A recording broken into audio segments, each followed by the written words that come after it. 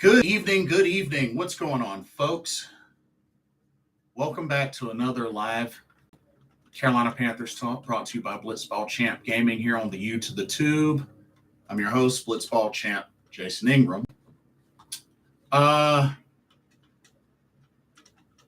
that kind of taken some time throughout the day to sort of take in the recent events that have happened, wanted to get back on here and just really follow up, talk more about the trade up, Carolina Panthers trading up to get that number one pick. Also, Shaq Thompson's deal has been reworked to stay with Carolina. It's been restructured, so we'll talk about that as well. What's up, Jeff R. and Joe Valesco? What's up, Blitz? I'm still a little bit pissed. We're gonna get into it. Like, I was pretty upset, but after I took time to really sit down and look at the full details, Carolina really did not give up as much as as I thought they were going to give up. They really didn't give up as much as I thought they were going to, but we're going to talk about it. First off, before we get started, be sure to check out the link in the description to Game Beauty for an awesome lineup of video game themed makeup and cosmetic products. If you're interested in making a purchase, be sure to use the promo code BlitzBallChamp, all in caps, and you get 10% off of your order. So be sure to use that. Okay. Let's review this trade. Now, it doesn't go into effect officially until Wednesday, but I mean, it's pretty much, it's been agreed to terms. So let's review. Carolina Panthers have made a trade with the Chicago Bears. Carolina Panthers have sent the Chicago Bears the number 9 pick in the first round of this upcoming draft, the number 61 pick, which is the second round, one of our second rounds, because remember, we have 2 second round picks, so we gave them one of them, a first round pick of the 2024 season, a second round pick of the 2025 season, and wide receiver DJ Moore. Now think about it. Really, really think about it. We swapped our number 1 pick. So we got their number 1. They got our number 9 of the first round. So we swapped first round picks. We gave them one of our second round picks for this draft. Because remember, we had 2. So we gave them 1. All right. We gave them a first round of 2024. And a second round of 2025.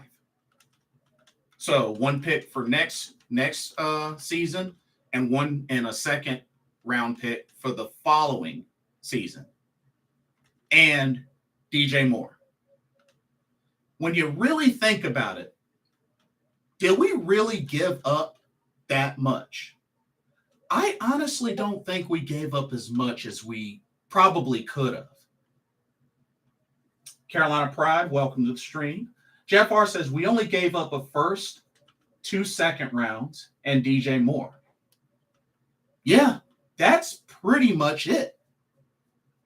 Which is a bargain for our franchise quarterback. And he's right, y'all. When you really think about it. Now, don't get me wrong. The only thing that, I was a little agitated about was that we gave up DJ Moore. He was our best wide receiver. Definitely going to miss him. Did great for us, especially considering the fact that he had so many different quarterbacks that he played under. You know what I mean? You can just ignore that in the background. So sorry about that. 1 second. Alrighty. Sorry about that. So we really didn't give up that much. Not to mention, as much as I love DJ Moore, don't get me wrong, I love DJ Moore. Played well for us under multiple different quarterbacks. But it's not like DJ Moore is a Justin Jefferson. It's not like DJ Moore, is a Jamar Chase. Like, great wide receiver, but not necessarily somebody that's like, like I said, a Jamar Chase, a Devontae Adams,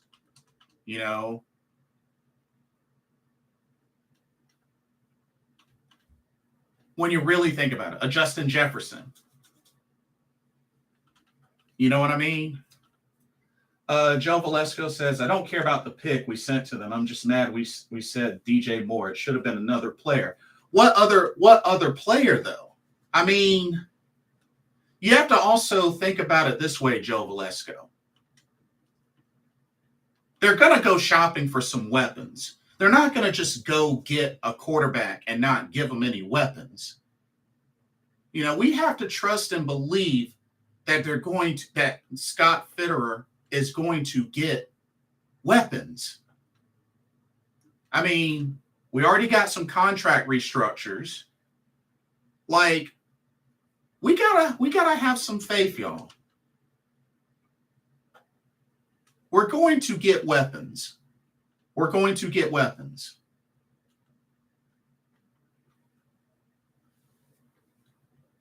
Like wide receiver, tight end. So many wide receivers are available in free agency as well as the draft. Same thing with tight ends. So we got to trust and believe that we're going to get some weapons. Hopefully DJ Moore does well with the Bears. Here's hoping. But, you got to also understand, while DJ Moore did play well, he is not on the same caliber as a Justin Jefferson, a Jamar Chase, a Tyreek Hill, a Devontae Adams. Like, there's so many other higher level wide receivers than DJ Moore. I hate to say it, but it's the truth. Jeff R says that's the player they wanted, bro. Wide receiver can be replaced. I mean, yeah. And you best believe this team is going to go out and get some weapons. Like, we can't honestly think with the wide receiver core that we have right now that they're not going to go and get some weapons. We got to have some faith. We got to have some faith. Carolina Pride says, I've never seen a Super Bowl winning team built around a receiver. DJ's production can be replaced. We have 156 million cap space next year and like 40 mil this year. I expect a huge OBJ push or Thielen. We control our own fate. That's huge. Now, since you mentioned OBJ, they did mention that he had the Carolina Panthers as one of the teams to work out with. My thing is, I don't even know if Odell Beckham Jr. is even healthy. He hasn't played in a whole season. He hasn't played a snap since the Rams Super Bowl game, which is where he got hurt. So, 30 years old, but I don't know. I part of me would rather take more of a chance on a DeAndre Hopkins over Odell Beckham Jr. only because the dude hasn't played in a whole year. So I have my reservations about the idea of going after Odell Beckham Jr., especially, coming off that ACL. Yeah. Not exactly the top of my list of wide receivers to go after, if I can be honest. But one thing's for sure, this organization is going to go and get weapons. Now,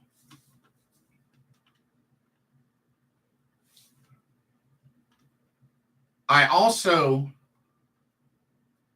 have been hearing the idea that Carolina may consider trading down. Now, realistically, the only thought of them potentially trading down is maybe trading down to probably swapping with the Texans and see if we can get another pick, maybe another second round pick or something like that. Like get their pick and maybe get one more pick. But the risk you take is you're still not guaranteed to get your guy. Because here's the thing. Carolina has, apparently the word is they have 3 quarterbacks in mind. Bryce Young, C.J. Stroud, Will Levis. That's who they have in mind. If they keep that first round pick, they have dibs and will get whoever they want 100% for sure. To trade down one spot,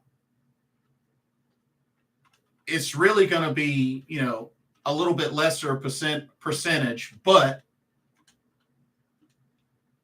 it really comes down to if they've made up their mind. Carolina Pride says, I agree. I want Hopkins real bad. He's from Carolina as well, but we would have to trade. That is true. That is true.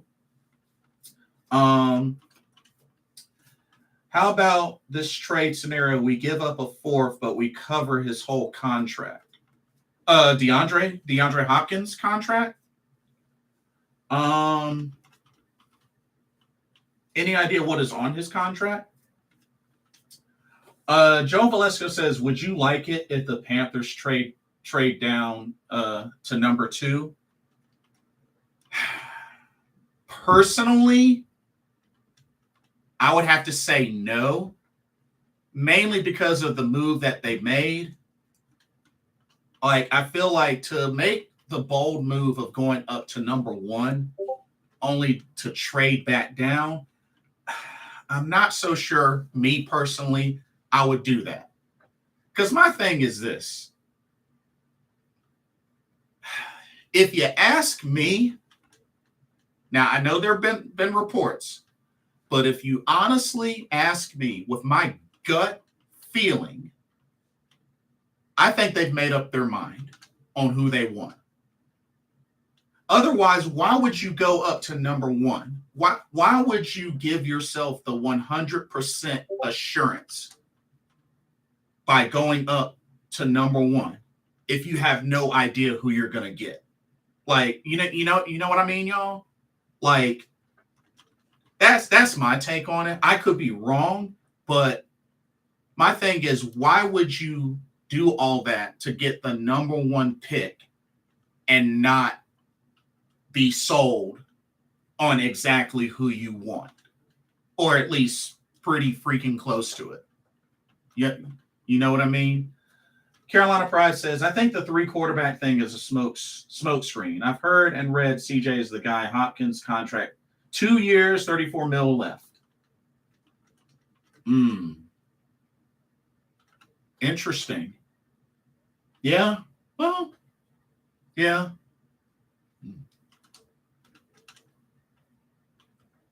And I mean, that could potentially work, being that we'll have a lot more cap. We'll definitely be way up near the top in cap space for 2024. That's for sure. A wide receiver core of Hopkins, Hardman, TMJ, and Chenault would be elite and an upgrade. Yeah, that would be nice. That would definitely be really nice. But yeah, and I took some time to check out CJ Stroud's combine. Dude looked solid. Dude looked really solid. And I did I did a little bit more digging, just to try to get to know the quarterbacks a little bit. And I'll say this. I know a lot of people look at Bryce Young's size. They look at Bryce Young's size. But here's the thing. Bryce Young. I mean, despite his size, there's a reason he won the championship. There's a reason he won a national title and a Heisman Trophy. So, I mean,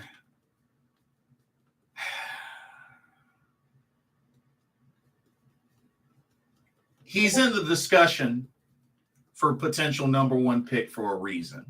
Now,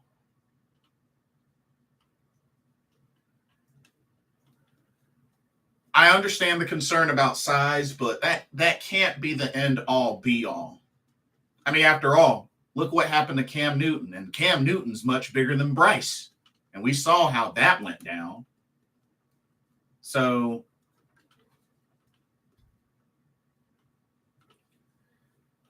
I don't know, just something that I was thinking about.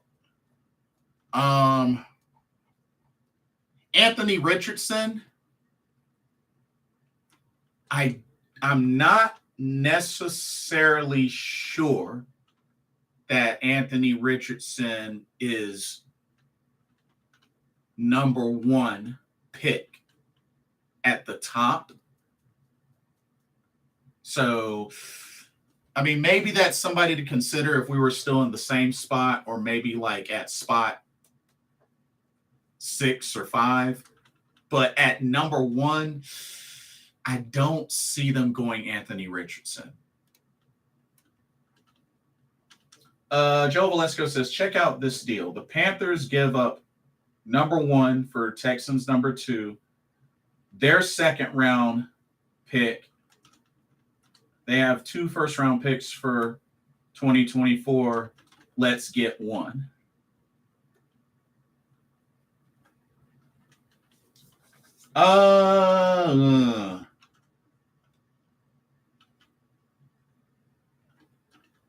I'm not so sure they bite on that, Joe Valesco.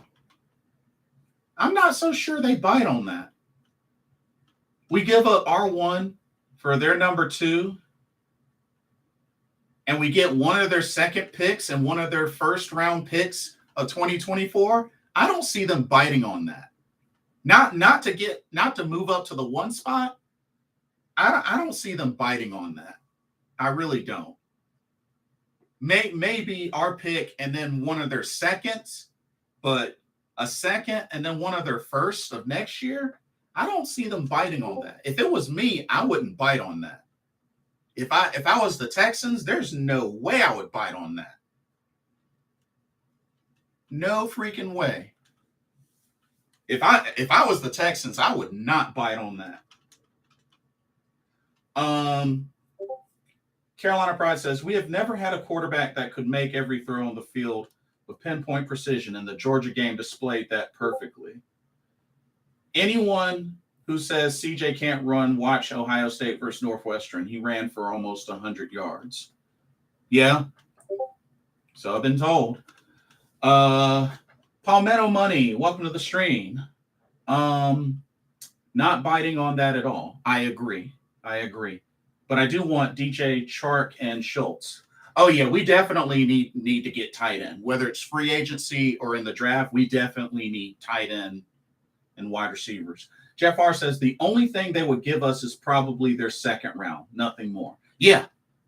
Realistically, Jeff R., I would say they would give us a second round, and then we would have 2 second rounds again. But that's really all. But in all honesty, I think they should definitely keep their number 1 pick, because Carolina has the opportunity of a lifetime to get exactly who they want. 100% chance they get exactly who they want. Mamba, welcome to the stream. You can't really go wrong between Stroud and Young. It really comes down to what type of quarterback do you prefer. Okay. Fair point. Carolina Pride says, I don't question Young's talent or control of an offense. I question his durability at the next level. Which is understandable. It's definitely understandable. I mean, there's no doubt. He's a small guy. 5'10", 194 pounds. That's a small guy. But playmaker, Heisman Trophy winner, won a championship. I mean, those stand out. Those do stand out.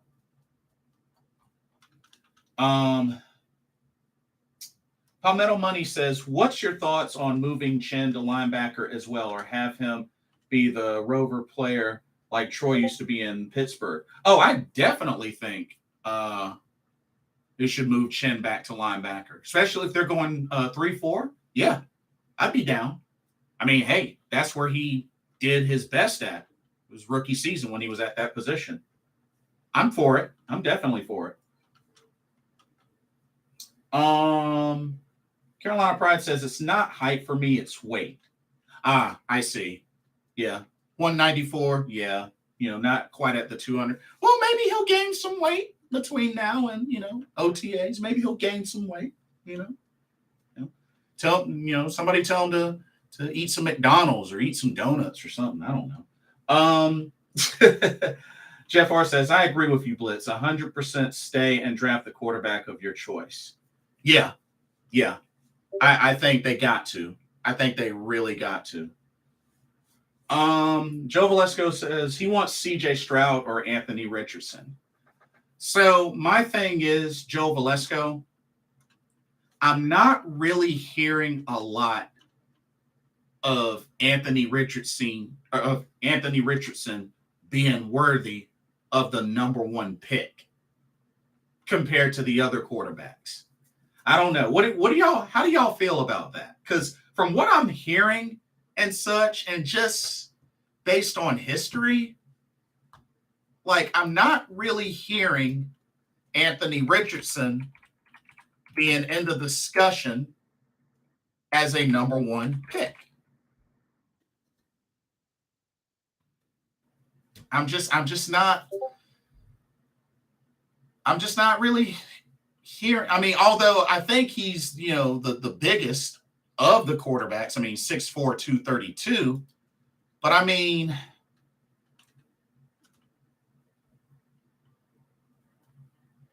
because how many games did he play? 13, 14? Something like that? Somebody remind me. Palmetto Money says, also, what's your take on quarterback? I want CJ, AR-15 Young, but no Levis, please. I'll go Hooker before Levis, not because he's white. I would go Bennett before Levis, just saying.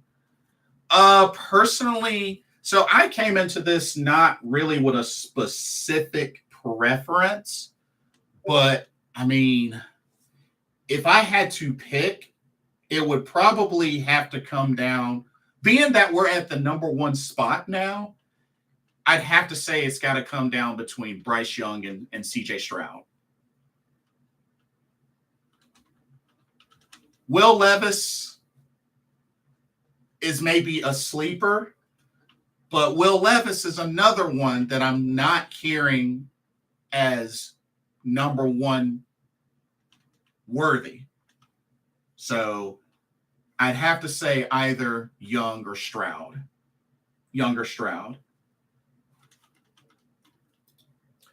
Carolina Pride says, isn't it funny that Frank Reich just destroyed the Colts draft, the team that fired him? Yeah, this is true. This is true. It could be a smokescreen, though, too. Yeah, that's a good point. David Screws, welcome to the stream. Carolina Pride says CJ all day for me. I think Jeff R also said CJ.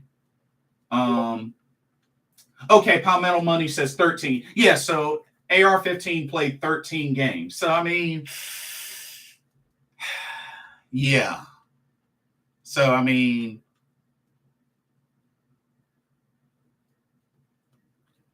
I don't know, y'all. That's not a lot. That's not a lot.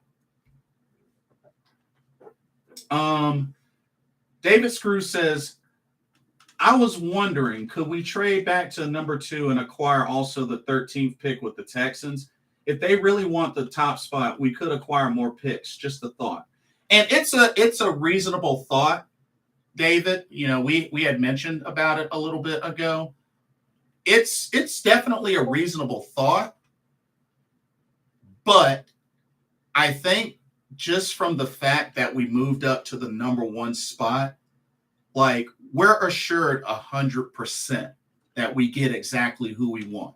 If we trade to number 2, that percentage decreases because the Texans could verbally say, "Oh, we're gonna go Bryce Young," and then flip the script. We cannot take anybody's word. We can't take anybody's word. I think with us being at the number 1 spot, we need to capitalize. And it's like I said earlier, I find it hard to believe that they would move up to number 1 and not have any idea exactly who they want. I'm just saying.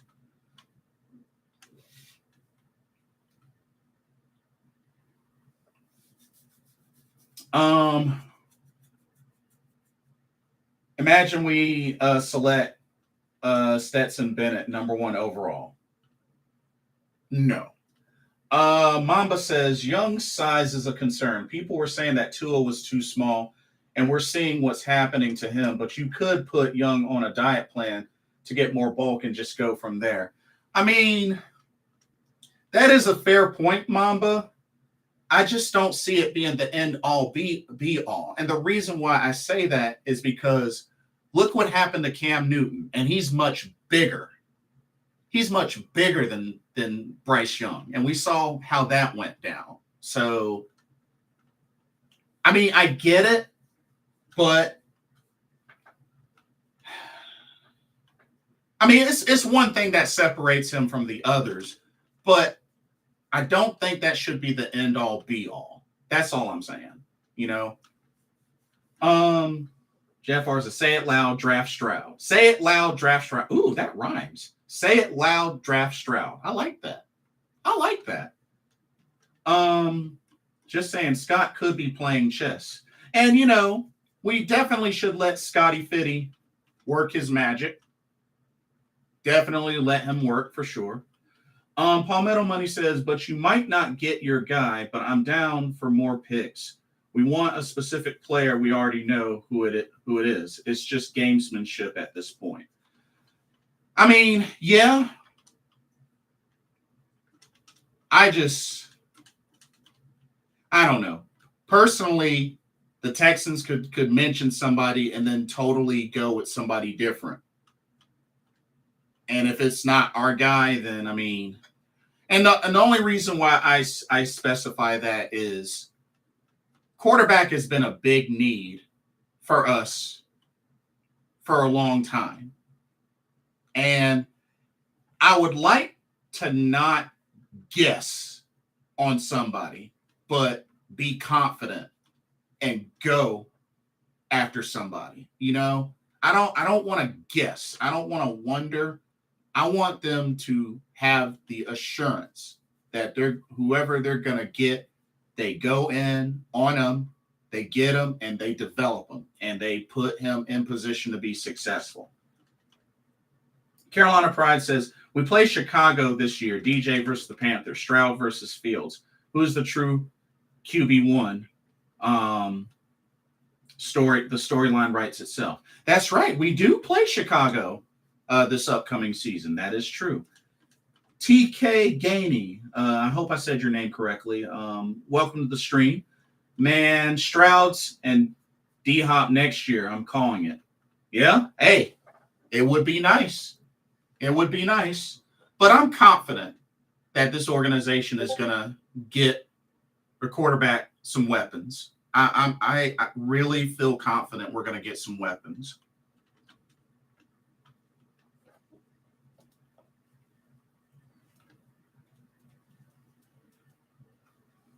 Palmetto Money says Fields and DJ will be up for that game. I bet it's a loss if it's in Chicago?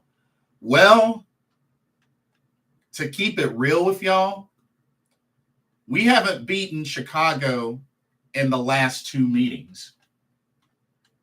Because remember, when they had Mitchell Trubisky, they beat us.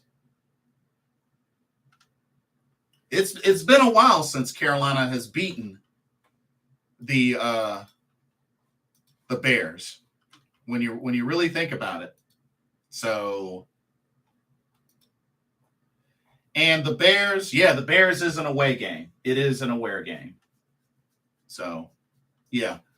TK says we need a tight end badly also. Yes, I agree.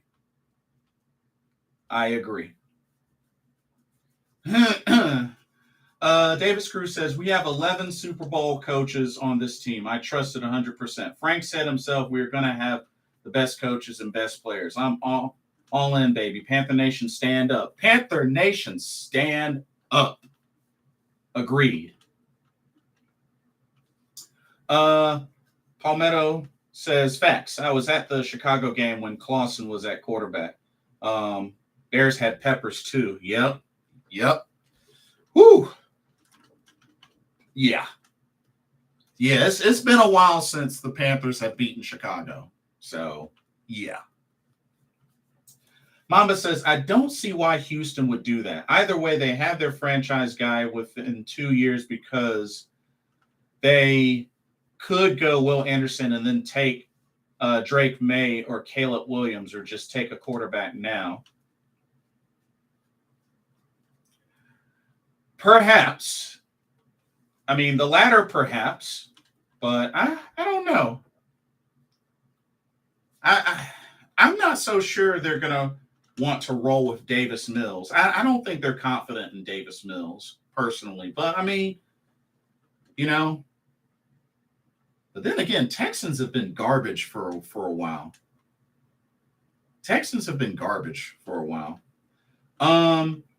David Screw says we are currently 11th in cap space at 22 mil. That is true. The Saints are 25 million in the red. Ouch. Yeah. It's pretty bad.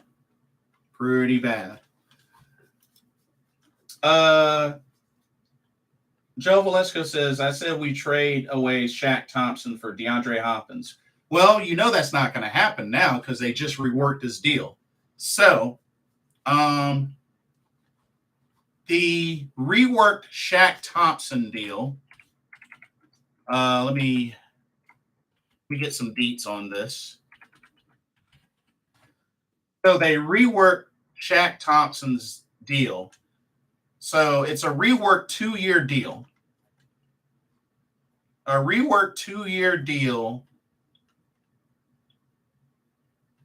That let's see. I'm trying to get the details on it.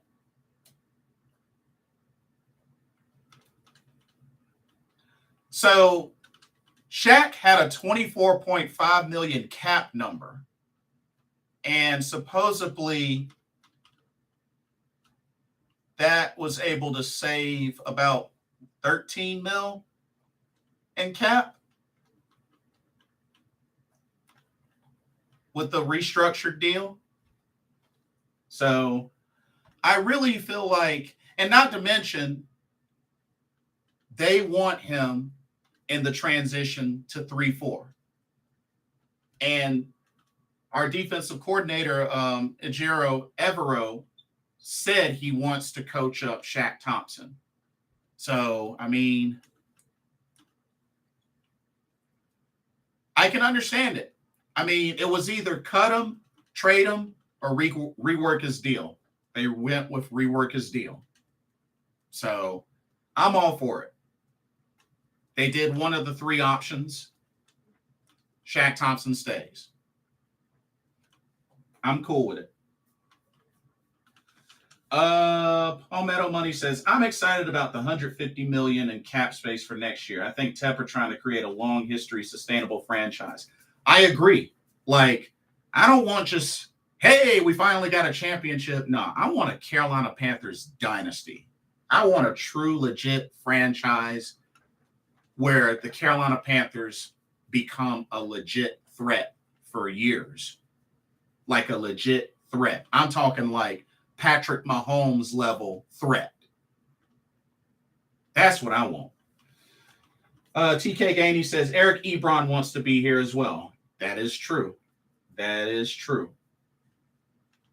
Mamba says, my guess is they go after Mecole Hardman or DJ Chark, then draft Josh Downs or Nathaniel Dell in the second. Ooh.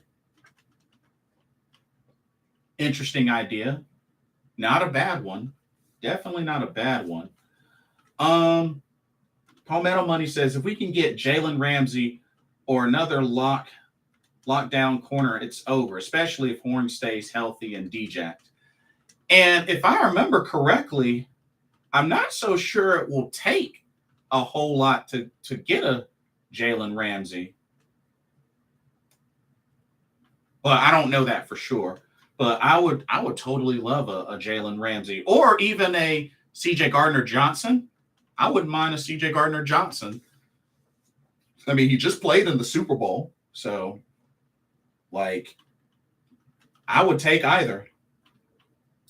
Carolina Pride says Luke Musgrave, tight end from Oregon State, is really good receiver and has size as well. I would be fine with selecting him at 39. Reminds me a lot of Travis Kelce. Oh, yeah? Well, we definitely need that type of tight end. We definitely haven't had that type of tight end since Mr. Reliable Greg Olsen. And we saw how much he meant to the Carolina Panthers and how things disappeared after he left. LOL, now all of a sudden the NFL want to give DJ his props now that he's gone. Oh, yeah, I saw that, Mamba. Yeah, ridiculous. Really, really ridiculous. Joe Valesco says you give up Dante Jackson for DeAndre Hopkins. What? No. Dante's injury prone. Nah, I would not bite on that, Joe Valesco. I would not bite on that. The dude is injury prone.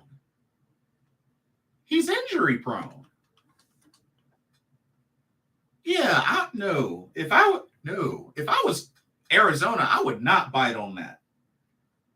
I would not bite on that.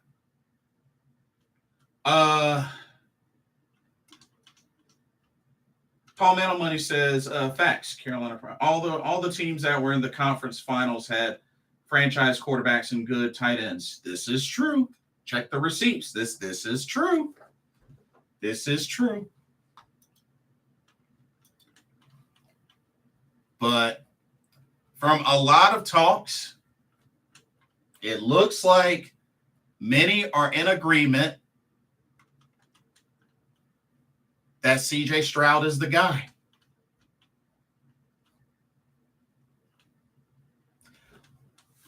Now, I'm going to say this. I'm going to go ahead and say this because I know it's going to be brought up.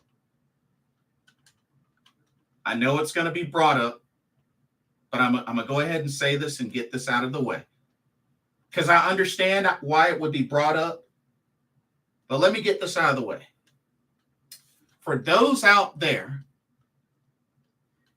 if all that you have bad to say about CJ Stroud is the whole Ohio State quarterbacks have a bad history in the NFL, if that is your only argument, I don't want to hear from you. I don't want to hear from you. If that is legit your only argument on why not to take CJ Stroud, I don't want to hear it. I don't want to hear it. Because at the end of the day, that's a superstition. While history on that might be true, it's still a superstition.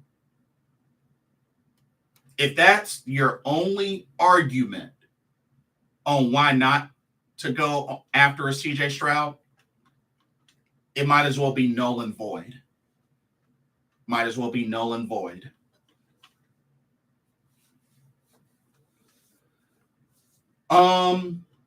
David Screw says, I'm all in on CJ. Jeff R says, Alabama has a bad history in the NFL of quarterbacks too. Actually, yeah, you're right. Yeah, you're actually right. So even more reason why that can't be the solo argument. Thank you for confirmation, Jeff R. Paul Metal Money says, right. CJ throws his wide receivers open, puts it on the numbers, and he's 6'3", 200 plus pounds. He said he's just scratching the surface. And that's another thing. Had his interview, dude is confident. Dude sounds very confident. You know? Not to mention poise on his throws. And you know what? And the thing is, we don't necessarily need for him to be a dual threat, have to scramble 20, 15, 20 yards to get us a first down. Not unless it's an absolute last resort, because we don't want that to be part of like the bread and butter. We want him to be able to execute and run the plays, run plays, pass plays, pass plays. He doesn't necessarily have to be a dual threat. So I really think a lot of eyes are on him.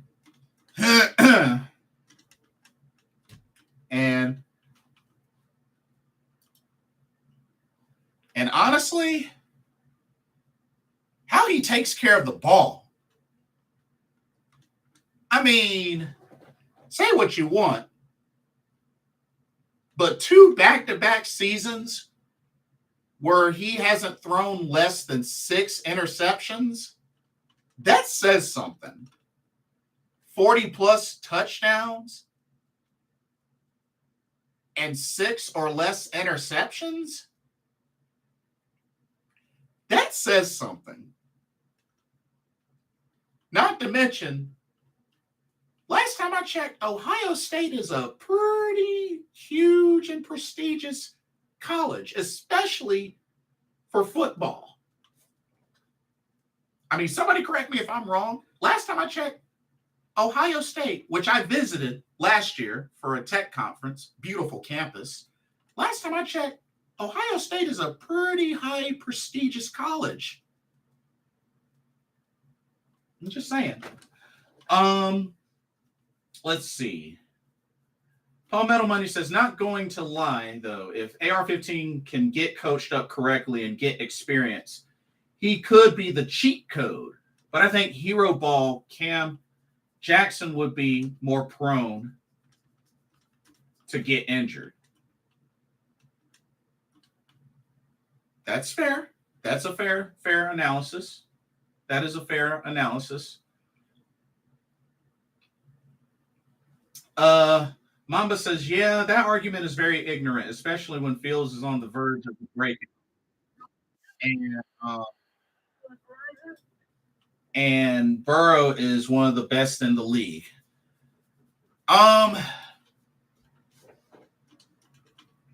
not sold on Fields yet, but let's see how he does this upcoming season. Because I think one thing that's kind of working against Fields is they need to fix their O-line. Chicago, they need to fix their O-line. So I feel like that's kind of been a disadvantage that's rubbed off on Justin Fields. But, him going into his 3rd year, maybe he turns it around. We'll see. I mean, he's got a target and DJ Moore added. I'm not completely sold on him yet. Burrow, yes. Fields, not yet. Not yet. Carolina Price says, here's another character nugget at the combine. CJ said more than once Jesus was the savior and how much of a Christian he was. Frank Wright is a pastor. The dots are connecting. That is true.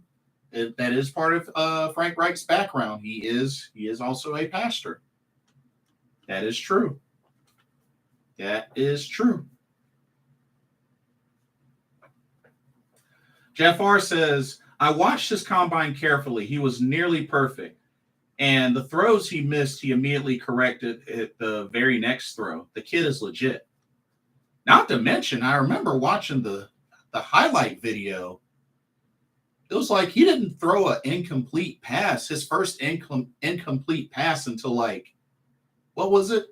14, 15 throws later? Like, yeah. I mean, the dude looks very poised and very confident in his release and his timing, especially being that he's working with folks that he's not familiar with. I mean, can you imagine how he would do once he gets into the OTAs and training camps and starts working with the team he gets drafted for? Not to mention, who's our quarterback's coach? Josh McCown spoke highly of CJ Stroud. To me, speaks highly to the point where he is vouching to get CJ Stroud. Joe Valesco says, put your 7 up for CJ Stroud. You know what? I'll do it. Sure, I'll do it. 7 up for CJ Stroud. Now, let me ask y'all this. Would y'all be mad if they went Bryce Young? Would y'all honestly be mad if they went Bryce Young? I see some 7-ups. Palmetto Money says, right, but Tepper likes Bryce Young. And that's what the word is. That is what the word is that he likes Bryce Young. But honestly, would y'all be mad if they went Bryce Young? Like, I guess in another way I'm saying, would it be acceptable?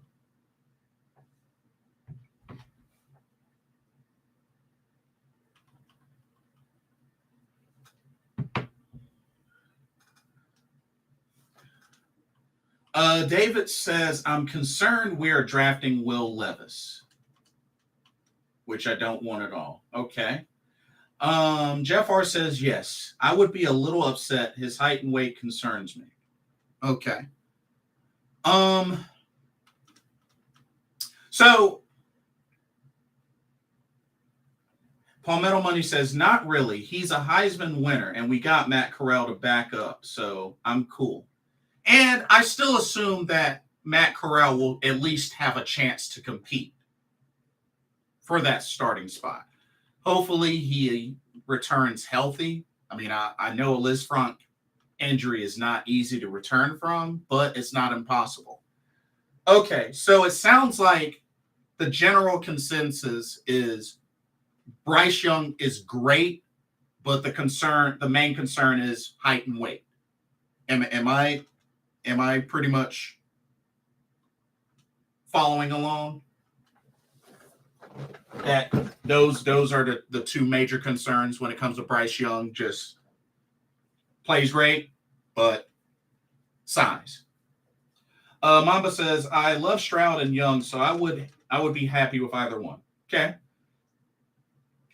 Palmetto Money says he reminds me of a Breeze and Mahomes like. Okay. David says, also his injury. Gotcha. Okay. Since David mentioned it, let's get into it. What are y'all's biggest concerns on Will Levis? Why would y'all not consider Will Levis?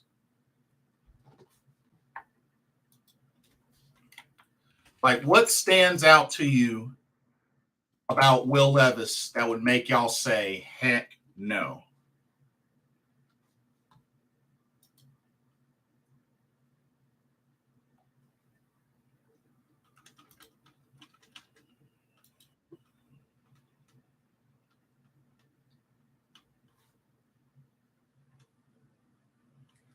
Okay, Davis Cruz says, I feel like he's the next Jimmy Clausen, just a gut feeling. Okay, so gut feeling. Okay, nothing wrong with that. At least you're being honest.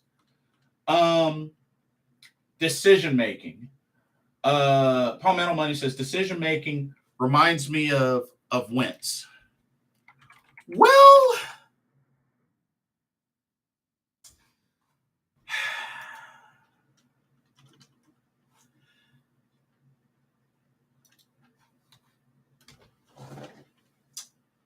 okay. It reminds you of Wentz. I think about Carson Wentz. I felt like Carson Wentz was making great progress until he got hurt. I always felt like he was making great progress until he got hurt. Because, I mean, Carson Wentz, a lot of his years in Philly, he didn't have any more than 7 interceptions and had like 20 plus, 30 plus touchdowns. So, I mean, I never really considered Carson Wentz a bad quarterback, but just injury prone. Just injury prone. So that's my only thing with that. But I mean, I can't say that he's a terrible quarterback.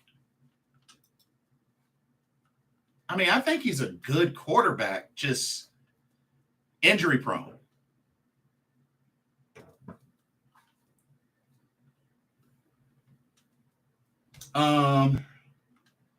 Jeff R says Levis is overhyped. He misses a ton of reads, and he's been injured a time or two. Okay, so injury and just missing his reads. All right. Davis Cruz says remember how Jimmy was a hot name in the draft and he was a bust. This is true. I mean, heck, same thing happened to Chris Winkie when you think about it. And he was a Heisman Trophy winner.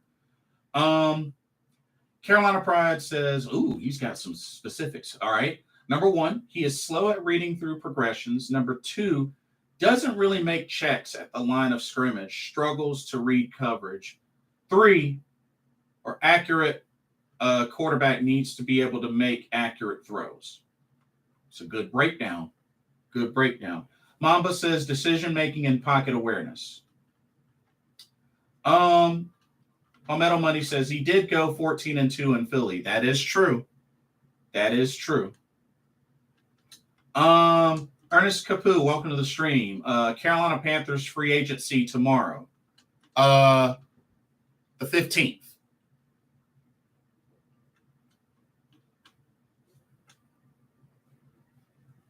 Yeah, it's the 15th, Ernest. Not tomorrow, but the 15th.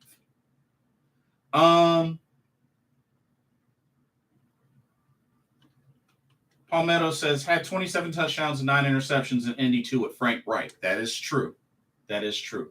David says, just being honest, I'm more excited about this year than when we drafted Cam, because not only do we have number 1 pick, we have an extraordinary coaching staff, arguably the best staff from top to bottom in the NFL. Yeah, good point. The legal tampering window opens up Monday. True. As far as being able to contact players, yes. But to officially sign the free agents is May 15th, or not May, March 15th. So yeah.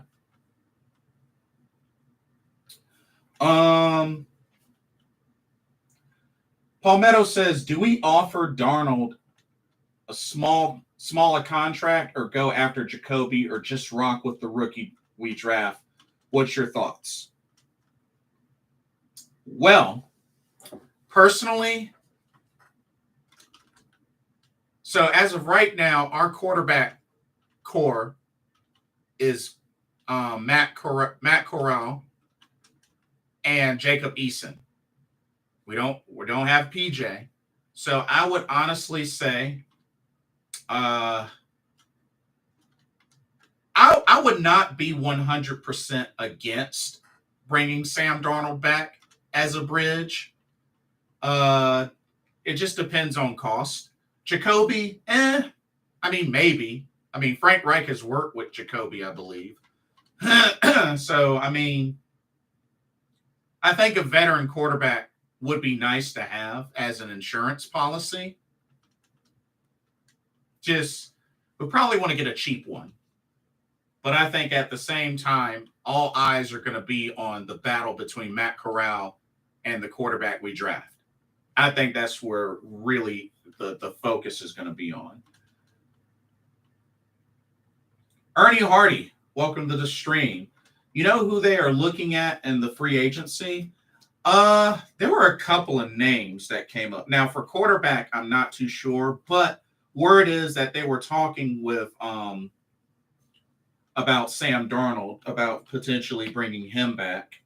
As far as other free agents, Bobby Okereke was a name that came up. I know I've been seeing on social media possibility of them considering Jamal Williams from the Lions. Especially, I haven't been hearing anything on Deontay Foreman, so I don't really know if that's going to happen. Yes, Mecole Hardman. Yes.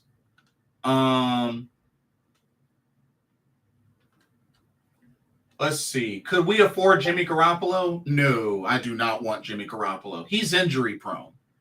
Nah, I would not want Jimmy Garoppolo. No. I would not want Jimmy Garoppolo, to be honest with you, because he's another injury prone quarterback. Robert Woods got signed by the Texans. Yes, so Robert Woods, yeah, he's off the table. Mamba says Sam Darnold would probably take a 1-year, $7 million deal. Not bad. I mean, I'd be okay with that.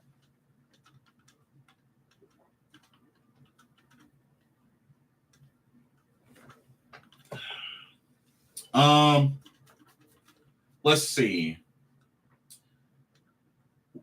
David says, I would love to have Bobby Wagner. I would love that too. Carolina Pride says, I think we will push heavy for a wide receiver, D-line, and a cornerback. With the Shaq restructure, I think linebacker is set. Well, we got to also remember we're letting go. We let go of Damian Wilson. They're cutting Damian Wilson. So, I mean, with Shaq, we still got Luvu. I guess the idea of moving Chin to linebacker.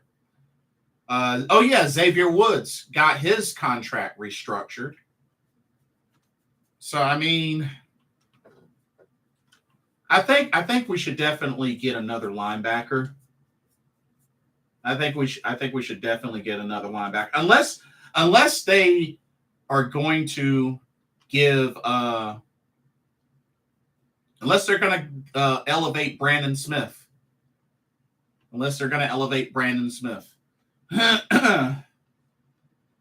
Palmetto Money says, no Jimmy, rather re-sign Sam or PJ. I would have to agree.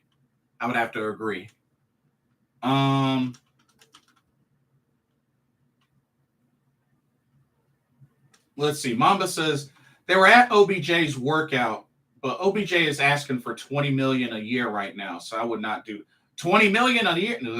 Nah. $20 million a year on somebody that hasn't played a whole season, I wouldn't do it. Not for somebody that hasn't played in a whole season.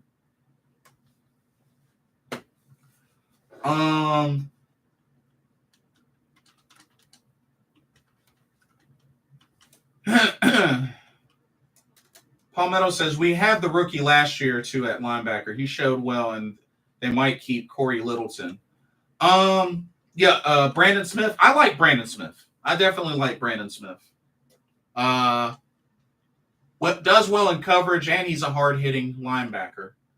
Carolina Pride says, Chen will roam from safety to linebacker, and Luvu will roam from middle linebacker to outside linebacker, opposite of Burns. Oh, yeah, I think I remember you mentioned putting Burns at one of those. David Screws says, bring in Juju. I would not be against Juju, but a lot of people are not really feeling Juju. A lot of people are not really feeling Juju.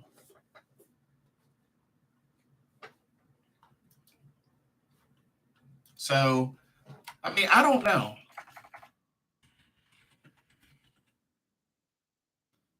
I mean, are y'all feeling Juju? I'm not really feeling Juju.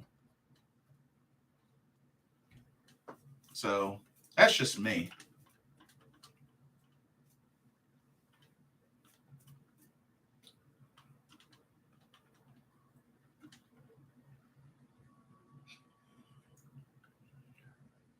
Oh, Joe Valesco wants Cooper Rush. I don't know why you want somebody that's only started 6 games. He's only started 6 games. What? That's who you want for your veteran quarterback? Somebody that's only started 6 games? He's only started 6 games.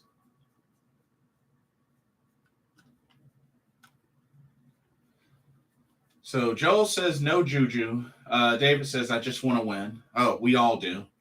Palmetto Money says Juju's solid, but I would rather have DJ Chark or even Cooks. We need a burner. Cooks would be good. Cooks would be really good.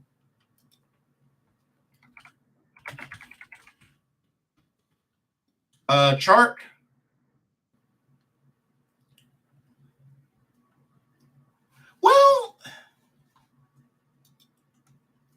Well, hold on.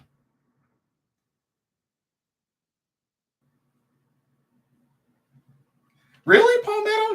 You would rather have Chark over Juju? Really? Interesting.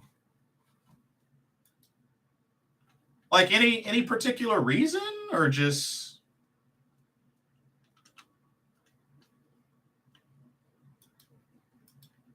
I mean, well,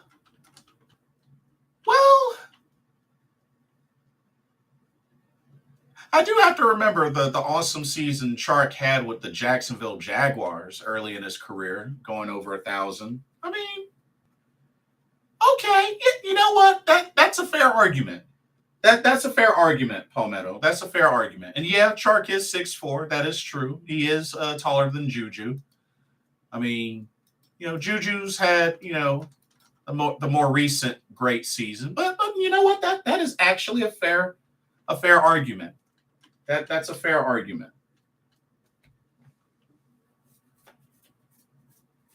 That is a fair argument.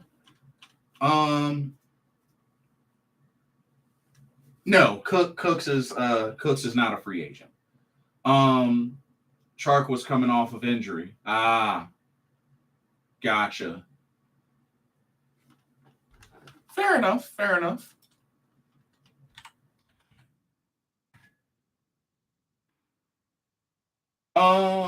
Frank likes tight ends, so I think we will draft that number 2 pick.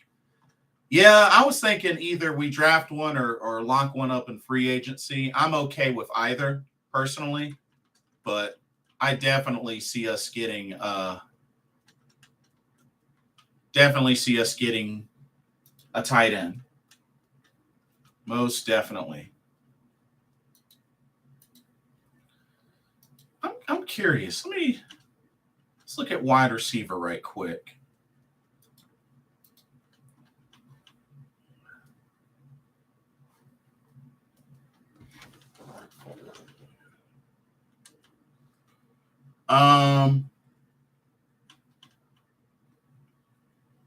Let's see. David says Ian Thomas needs to go. Why does Ian Thomas need to go? He just got that extension. Why does Ian Thomas need to go?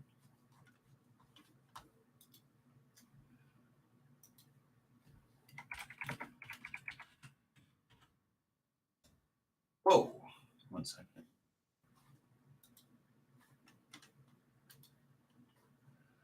Yes, Alan Lazard is a free agent. That is true.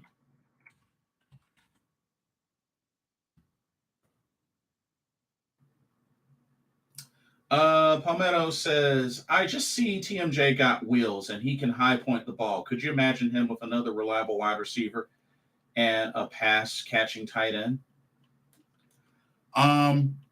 Which he's shown some flashes. He's made a couple of incredible catches this past season. David says, I never have cared for him. He learned from Olsen and doesn't fit the bill for me. Just my opinion. So my take on Ian Thomas, David Screws, I'm not so sure he's really had a legit shot. And the reason why I say that is his rookie year, he's had the most catches, 36 catches, targeted 49 times, 36 catches. So for a rookie. Now, last season, when we had an offensive coordinator that was supposedly somebody that loves using tight ends, in all 17 games, he's only been targeted 30 times total. 21 catches, 197 yards. I mean, he really didn't get many looks last season. Same thing with 2021, same thing with 2020. Like, I get it, but in an offense that's thrived the most on the run game for like the last 2 seasons, I don't know if Ian Thomas has really had a fair chance. I don't think he's had a fair chance. Because only 30 targets in 1 season, that's not a lot. That's not a lot of targets. And especially with the offensive line built strongly, with the tight ends being used the most in the run game, like, I'm just not really sure he's really had a fair shot. That's just me. I could be wrong. And then you have to also look at Tommy Tremble. Tommy Tremble hasn't really had much chances since he's come into the league. Look at Tommy Tremble. Tommy Tremble only had 19 catches, targeted 32 times, 20 catches his rookie year, targeted 35 times. I mean, those aren't a lot of targets in a season for a tight end. So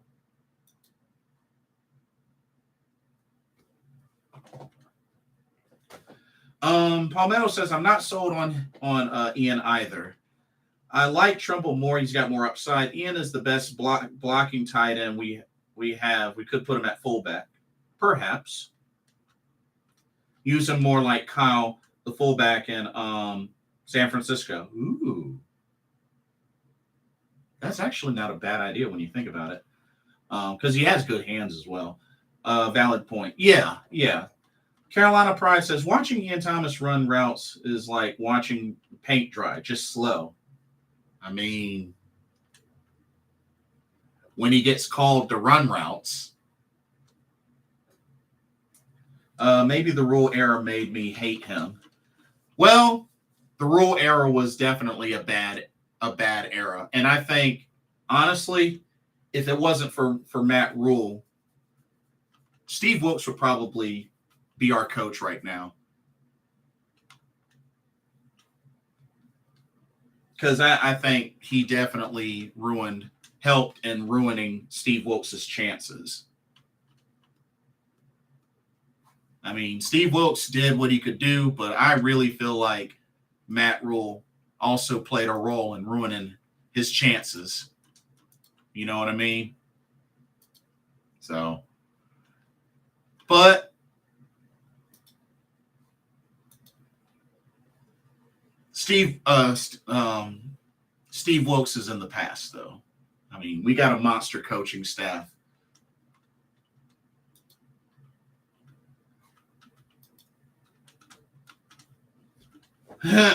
Frank Reich knows how to use tight ends. Think about Ertz in Philly. You're right. Oh yeah. Yes, indeed. And the thing that really stands out to me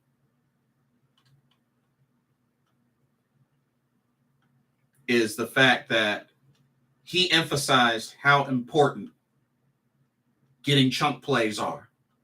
And he emphasized how this is a passing league.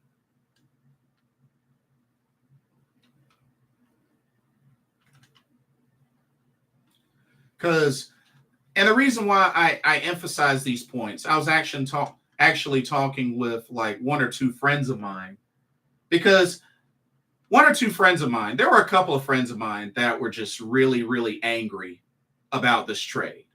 And not only were they angry about this trade, but also this organization is going down in the dumps, with the hiring of Matt Rule, with that failing, us not hiring Steve Wilkes after last season. And I'm gonna say this. I'm gonna say this. There are so many folks out there want to use Frank Reich got fired from Indy.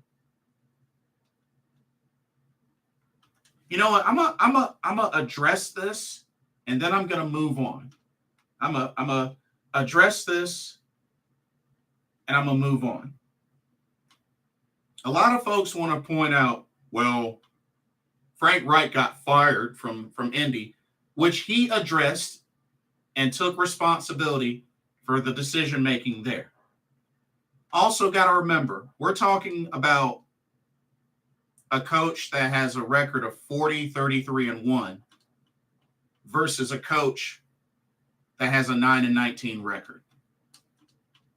Now, is it all his fault? No. Because like I said, talent has to, help out. And while Wilkes didn't have a full season, he had 12 games. That's at least more than half of a season. Not only that, the ultimate thing that I want to put my stamp on is if we really made the mistake of not keeping Steve Wilkes, somebody who I love, especially when it comes to defense, why is he a defensive coordinator elsewhere and not a head coach?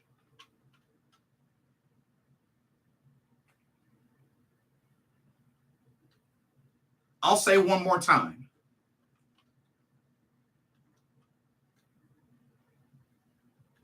He was such a great coach.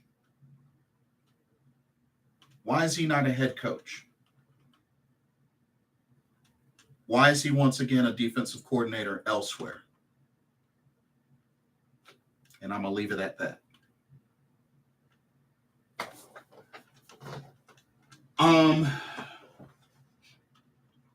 Rule was the biggest joke. I really don't think he cared about this team. He was just there for the money, and that's sad.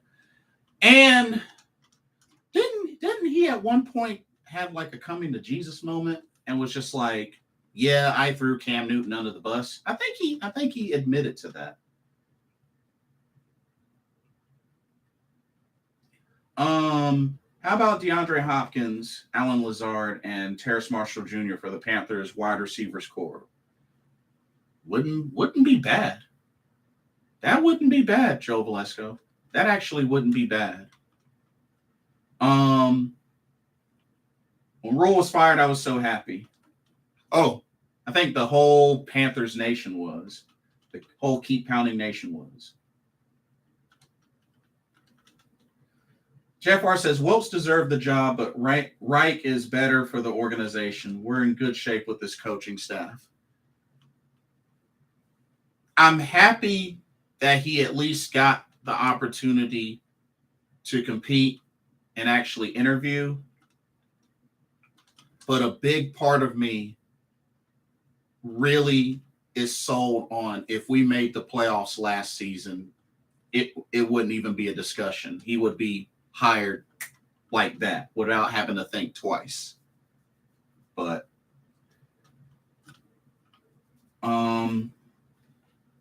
Palmetto Money says, I was low-key hyped, but I will miss DJ. I like him and CMC, but I know all players have a shelf life. It's a business. My favorite player of all time was Steve Smith, Agent 89, and even he got traded. Oh, yeah, that was, man. I was hurting when that happened because that's actually my all-time favorite Panther. Frank never got to draft his quarterback, but improved every quarterback he acquired, made them better. True. Carolina Pride says, the more I think about it, Lazard, Hardman, and TMJ would not be bad. So who would, in that instance, Carolina Pride, who would be the number one? Out of the three you mentioned, who would be the number one? I'm just curious.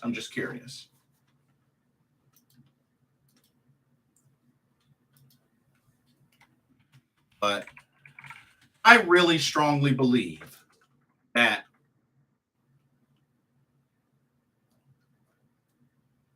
they're gonna get some. Ooh,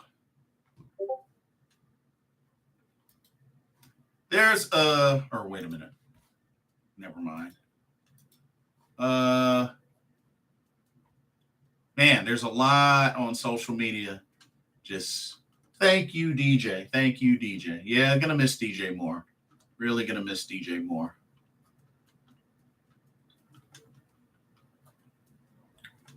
But I really have a feeling this team is going to go out and really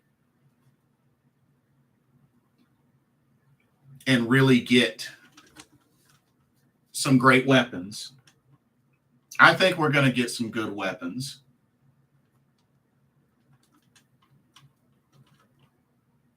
Oh, my bad, Palmetto. My bad. I was trying to look to see if there were any other specific updates. I thought there were. But so to be specific, 156 million in cap space and no dead money for 2024. Woo! Woo! That's a lot of cap space for 2024, y'all. 156 million. Woo!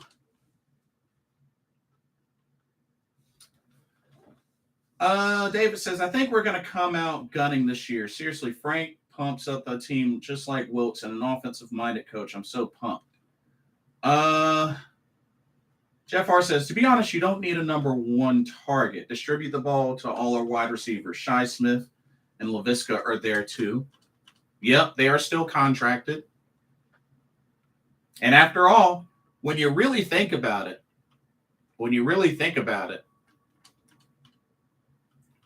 the Chiefs didn't really have a lot of big name receivers outside of Travis Kelce, and they won the Super Bowl. We've made it to a Super Bowl with, Greg Olsen being our high name receiver who was at tight end. So, I mean, there is that. So Jeff R. does have a good point.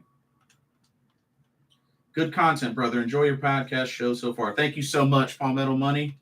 Glad to have you. Thank you for your support. Davis Cruz says, breaking news, Panthers are going to the playoffs. LOL. You know what? Since you mentioned it, what do y'all say? Just based on right now, do the Carolina Panthers make the playoffs?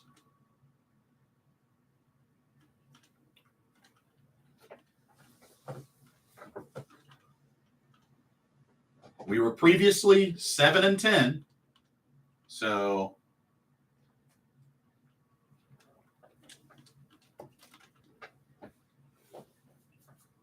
Joe Velasco says yes. Palmetto says 11-6.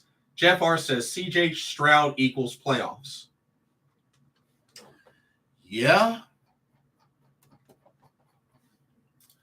Sounds like a lot of yeses.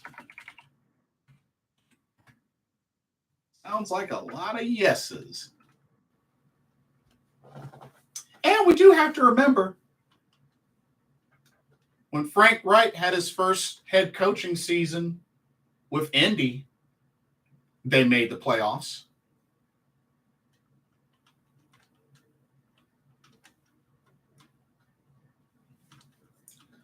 Carolina Pride says Lazard last year had 60 targets for 788, 6 touchdowns. He is 6'3", 227. Sounds pretty good to me. Those are good numbers. That's a lot of targets. John Elite says, John Elite, welcome to the stream. Super Bowl? I'm not gonna go that far. Super Bowl? I'm not gonna go that far. Would be nice, but I'm not going to go that far just yet. I might have a better idea of that maybe past mid-season. David says, here's a side story. I think will enjoy this. I'm a DoorDash driver. Last year, I was delivering to a business in Charlotte. I seen a guy that was probably Greg Olson going to a donation. Oh, really? Interesting. Palmetto says, we may have a few growing pains, to be honest, but we have an all-star coaching staff. If we boost our defense, it's over. Burns and Brown need help, though. Facts. David says, going to a donation center on the bottom floor, I had the curly blonde hair wearing a hat, and I regret not confronting him. Oh, man. Missed opportunity there. Missed opportunity. Yikes.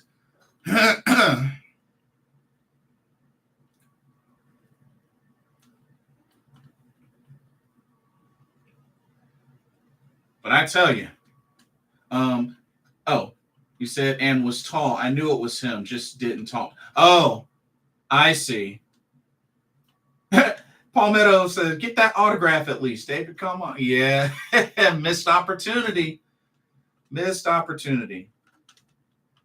Oh, Jeff Hart says, ate a burger with Jeremy Chin at Shake Shack. Nice. That's what's up. Yeah, I heard Jeremy Chin is a pretty cool guy.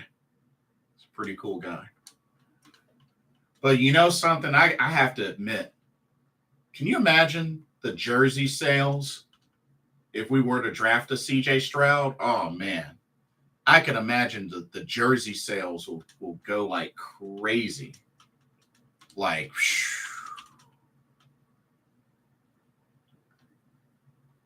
and I will say, with a lot of how the Keep Pounding Nation is feeling, I think a CJ Stroud would be a big part of revitalizing fans actually coming to Carolina Panthers games. And if I remember correctly, shout out to Big Cat, I think he mentioned in one of his streams that he would even consider buying a season pass for Carolina Panthers if this goes down. So we'll see. Carolina Price says, I'm buying CJ's jersey in every color. Oh, okay. I see you. Palmetto Money says, I'm a pre-order my number 7. He got to pay off Shaq first. Oh, yeah, that is true. Yeah, because Shaq has that number.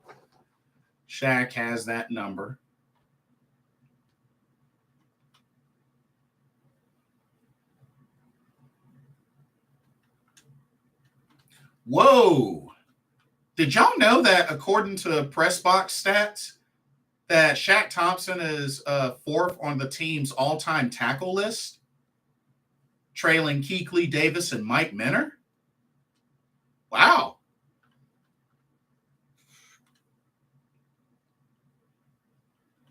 He's actually 4th all-time on the tackle list for Carolina.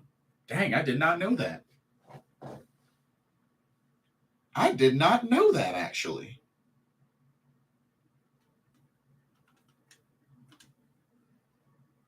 Wow. Dang. Maybe it's a good thing we did keep Shaq.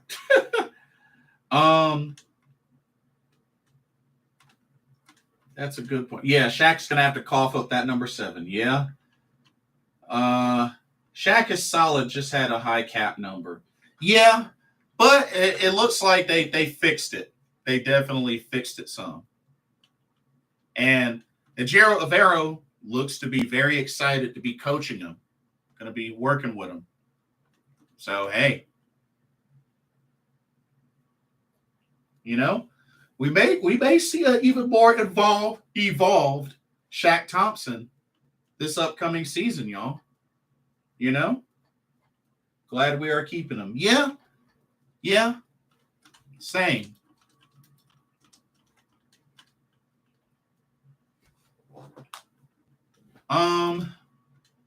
Also, I know there's some other article. Let me see what other articles. Okay, interesting. So there's an interesting article. The winners and losers and questions about the Panthers-Bears trade. Winner, Justin Fields. Loser, Darnell Mooney or Chase Claypool. Loser, the Chase Claypool trade. Winner, Frank Reich. So the reason why it says when Frank Reich is considered a winner in this trade, it says this. We remember Frank Reich's dramatic fall from grace during last season's disaster in Indianapolis. But keep in mind how things went for him during his tenure there. Frank Reich took a job where the long-term starting quarterback was expected to be Andrew Luck. Luck had a career season under Reich and then retired.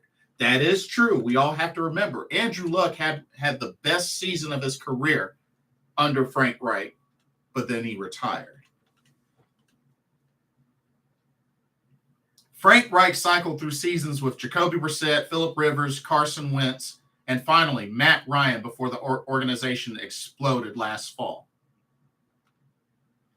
Now, taking over in Carolina, Frank Reich gets to start his tenure with whichever quarterback he prefers in the upcoming draft.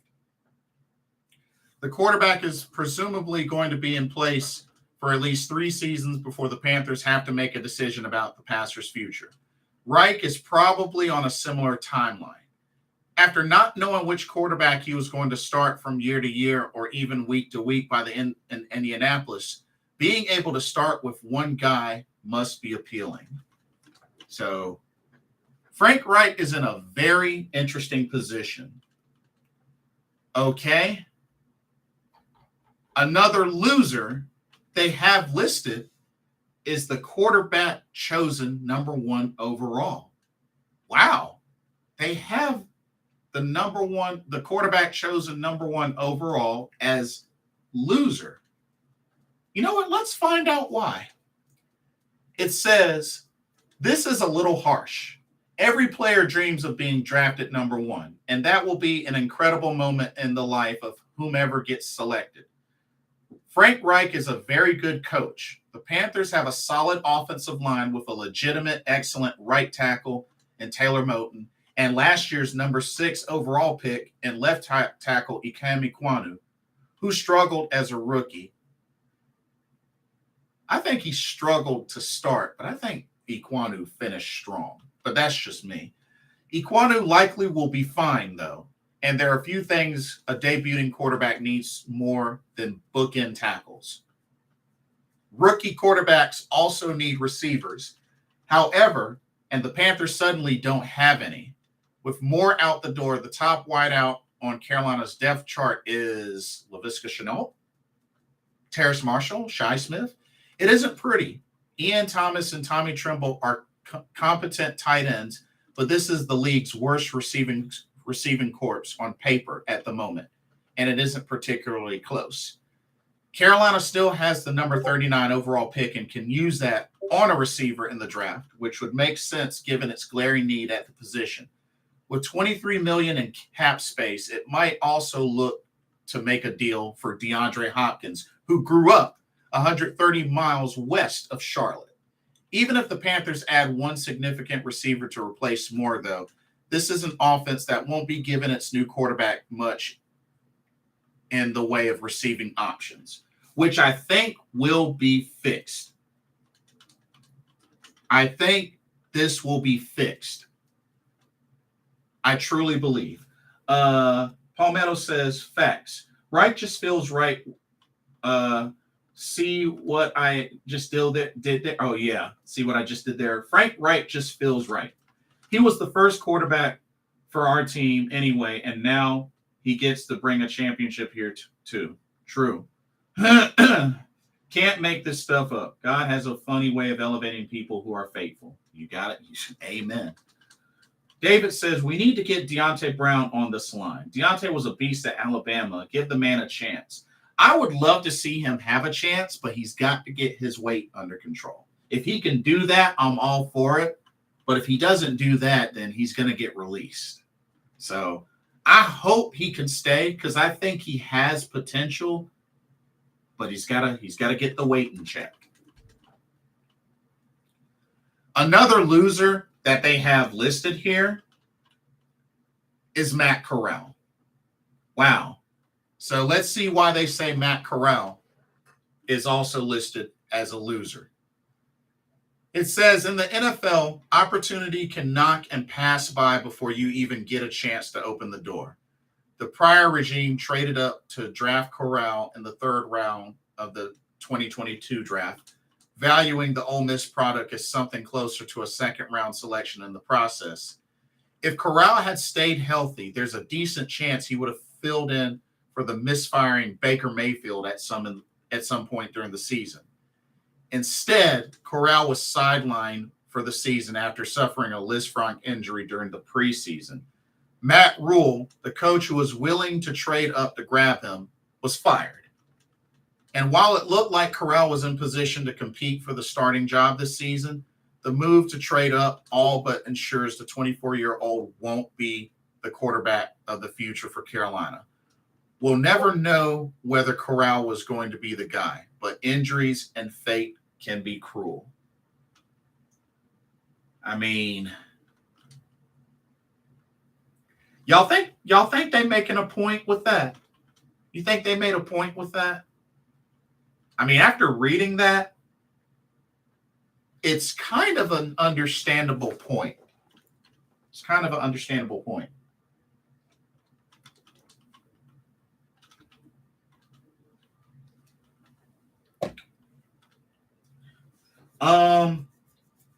Yes, we do have Cade Mays, which I think Cade Mays has a lot of potential too. We need to cut Pat Elflein unless they can't keep Bozeman, though. That would also free up more money. Yeah, I really hope they can keep Bozeman so they can cut Pat Elflein. What are you drinking in that cup? Oh, water. Just water. Big old cup of water. Deontay Brown gets absolutely destroyed in practice. He has very slow feet. He gets beat consistently. Oof. Yeah. And that's not good. I mean, I have hopes for him, but yeah, just the weight's an issue. And if that's the case, Jeff R., then yeah. I mean, I know they brought him back, but time for him might be running out. I'm gonna just say. LL, just having fun, Blitz. Well, it does kind of look like vodka when you think about it. It does look like a big old cup of vodka. Let's see. Winner Matt Eberflus, the coach of the Bears. Winner the Cardinals. Loser the Colts. Winners or losers, the Seahawks, Raiders, Falcons, and Titans. Winner, Lamar Jackson. Interesting. Very, very interesting breakdown.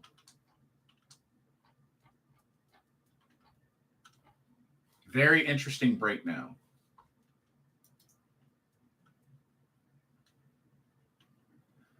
What are your thoughts on the Arby's package? The Arby's package. Oh man, I'm drawing a blank. Remind me what's the Arby's package? Because I'm totally drawing a blank. We would have gave up a lot more for Lamar than trading up for number one pick. Yeah. Oh, Lamar. Remember, Lamar wanted a $250 million guaranteed contract.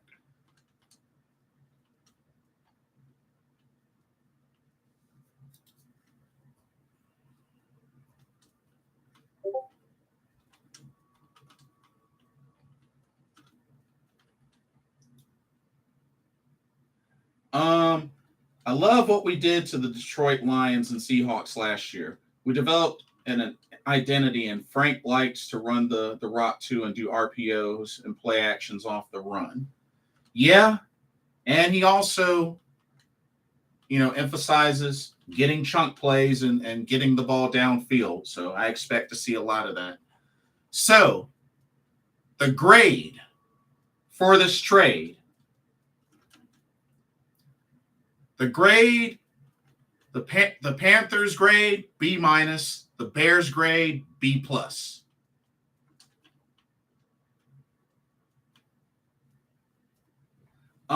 If you really think about it, we really didn't give up that much for the number one pick. We only lost one pick for this draft. Right. Because remember, we had 2 second rounders. We had 2 second round picks. So we gave up one of them. So the Panthers grade was a B minus. The Bears grade was a B plus. Let's see what it says. It says, considering teams essentially can't win without a high-end quarterback, it makes sense to move mountains to get any player who has a chance to be one. That's what's happened here. Because Carolina absolutely paid a hefty price for the right to move up to the number 1 overall pick. In a vacuum, it is an overpay, but that was always going to be the case for any move up to number 1.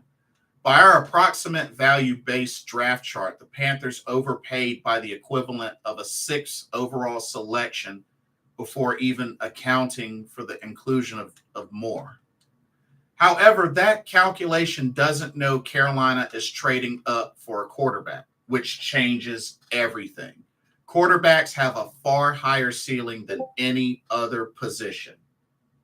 Still, this is a lot. Carolina needed to come away from this offseason with a potential long-term quarterback. But is this the right path? There were at least 2 other reasonable alternatives. First, the Panthers could have traded up for a lower pick, like the Arizona Cardinals' number 3 selection. That would be banking on the fact that draft picks are weighted dart throws, and the chance of the first quarterback being better than the third may not be that high. As of this moment, it isn't clear which signal caller Carolina wants, which is evidence that there isn't one crystal clear top prospect. How does Carolina view the entire quarterback class along with the price Arizona would have charged? Good question. Second, the Panthers could have gone after Lamar Jackson. Consider that the Panthers are about to use 2 first-round picks, 2 second-round picks, and a high-end receiver to land a rookie passer. That's less than they would spend on Jackson. Though they, of course, have to pay him a substantial amount of money. They at least already know Jackson is a good quarterback. The last pain point for Carolina here is giving up DJ Moore. He caught 63 passes for 888 yards and 7 touchdowns last season. Carolina is now without much receiving talent for its new quarterback and no longer has a first or second round pick to draft a wideout.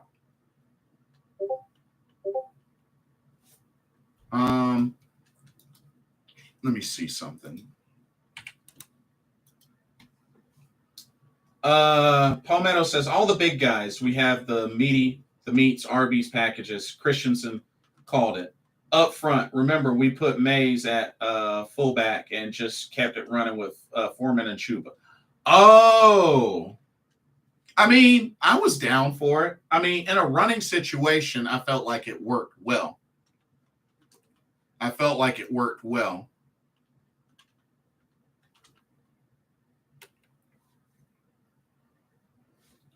David says, bump it. We fleeced Chicago because we are getting a better quarterback than Chicago.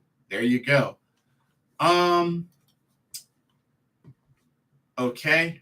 It says in terms of timing, this is pretty ideal for Carolina. The rest of the NFC South is in shambles, and the entire NFC is weak overall. And outside of receiver, the team has building blocks. The offensive line is solid, and the defense has strong players like J.C. Horn, Brian Burns, and Frankie Louvu. Ultimately, there are real negatives and risks for Carolina here, but I can't overly criticize. Like I said, it's so hard to win in the NFL without an elite quarterback. It's hard to fault a team too much for trying to land one, which is fair. Joe Valesco says, I think Denzel Perryman is a free agent. If he is, will you bring him back? That I don't know.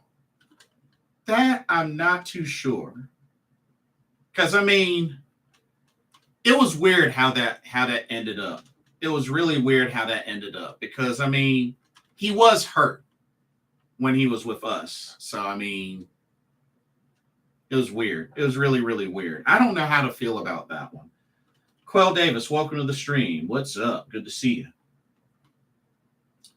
David says, in my opinion, Chicago could have gotten more capital for this trade. And Chicago is dumb for not staying at 1. That's my opinion. Yeah. I mean, they're going from 1 to 9 in that first round. So,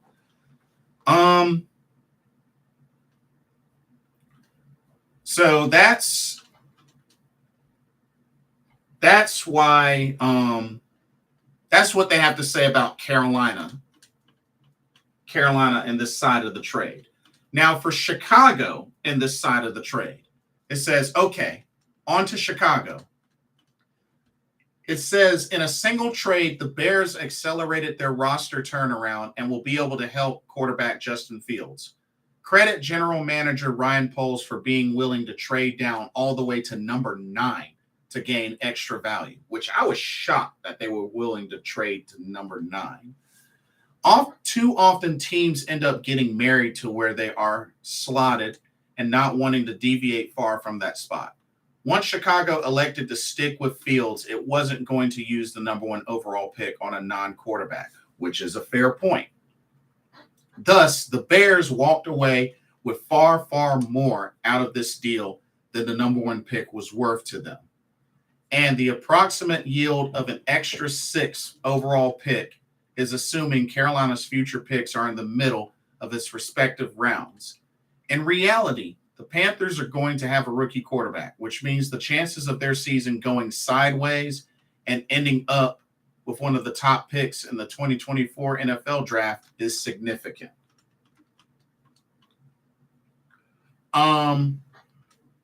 It says, I also really like that the Bears were able to pry more from the Panthers. He is on a value contract for the Bears now.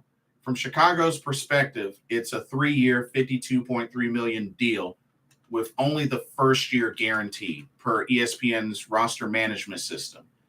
And he fills a crucial need, one that was not going to be easily filled in free agency given the weak receiver class. I wouldn't call the acquisition of Moore a makeup for the horrendous Chase Claypool trade the Bears made at the deadline. They still lost an early second-round pick for him, but it does fill the void they were probably hoping Claypool would fill. Okay, let me get caught up. Palmetto says, if Perryman is a free agent, he's solid, but I also like Edmonds on Buffalo. Oh, Tremaine Edmonds, yeah. And the Orecki guy, Bobby Orecki guy I mentioned earlier, yeah. David says, Justin Fields isn't the answer for the future of Chicago. Chicago really didn't get that much for the trade from 9 to 1.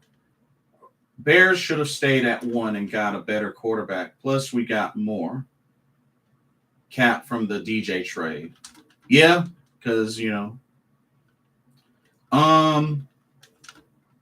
Palmetto says they got DJ, but that's why they made the trade. He is an absolute number one with all their weapons. That is true. That is true. David says we won this trade hands down. It seems to be that way, but I mean, I can understand the argument of why it's close. John Lee says, is Aaron Rodgers to the Jets legit? I don't think anything has been made official, but I think it's closing in on that. I think word is that it's closing in on that. The Jets just freed up $15.2 million in cap space, so we'll see.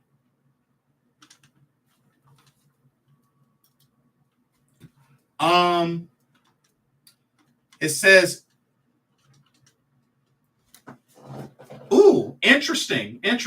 Check this out.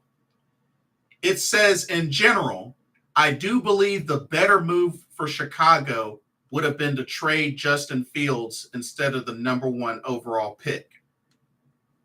Fields played well last season, ranking 17th in total QBR at 54.0, but it very much remains to be seen if he can be a top 10 quarterback. And crucially, such a move would have allowed the Bears to restart the rookie quarterback clock. In their current timeline, they'll likely have to pay Fields just as the roster starts getting good. That being said, I can understand the desire to stick it out with Fields and a bevy of picks. In terms of grade, I don't give a ton of credit for the decision to trade down because it was so obvious, and selecting a non-quarterback at number one would have been an egregious error. But the Bears did get a haul, and filling their wide receiver need immediately is an important plus. Yeah, I think that's a fair breakdown. Palmetto says, I wanted Fields last year for us. I wasn't crazy about Horn. He gets injured every year, but hopefully they make it up this year with CJ or Bryce. Well, Horn did have a better sophomore year. I will give him that. He did have a better sophomore year. And Horn is one of those, when he plays, he's solid. When he plays, he's solid. So I'm not quite ready to give up on J.C. Horn yet, me personally. Joe Valesco says, really wanted Andre Carter. Andre Carter at D-line? Is that who that is, Joe Valesco? David Screws says, at first I was upset about the trade, but when you take a step back and look at the big picture, we win.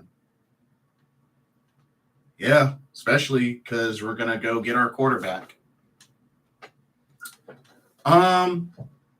So what does this mean for the 2023 draft? It says the Panthers will have the pick of the litter at number one overall, and I wouldn't be surprised if it's Ohio State quarterback C.J. Stroud is the target.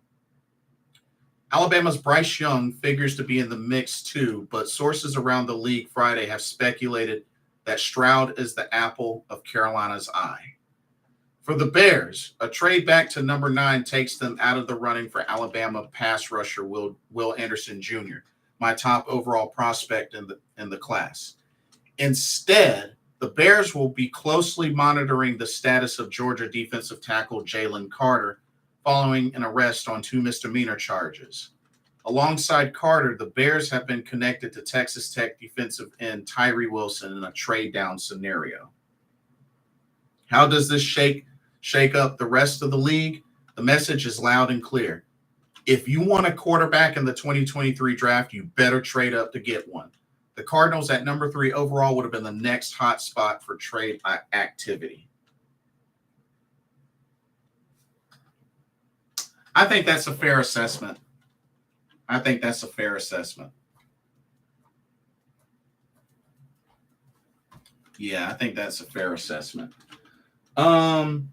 Carolina Pride says, watch the videos from OBJ's workout, and man, he looked elite again. Just saying. Oh, did he? Did he look healthy? How are them legs?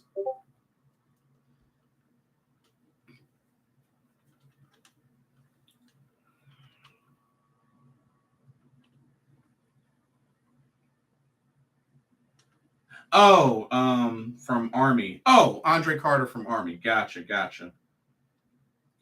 I love OBJ, just hate his attitude. Yeah, I'm not a fan of his attitude either, to be honest with you. He made stops on a dime and change of direction was great. Oh yeah? Well, I mean, shoot. If he's healthy, then I mean, hey.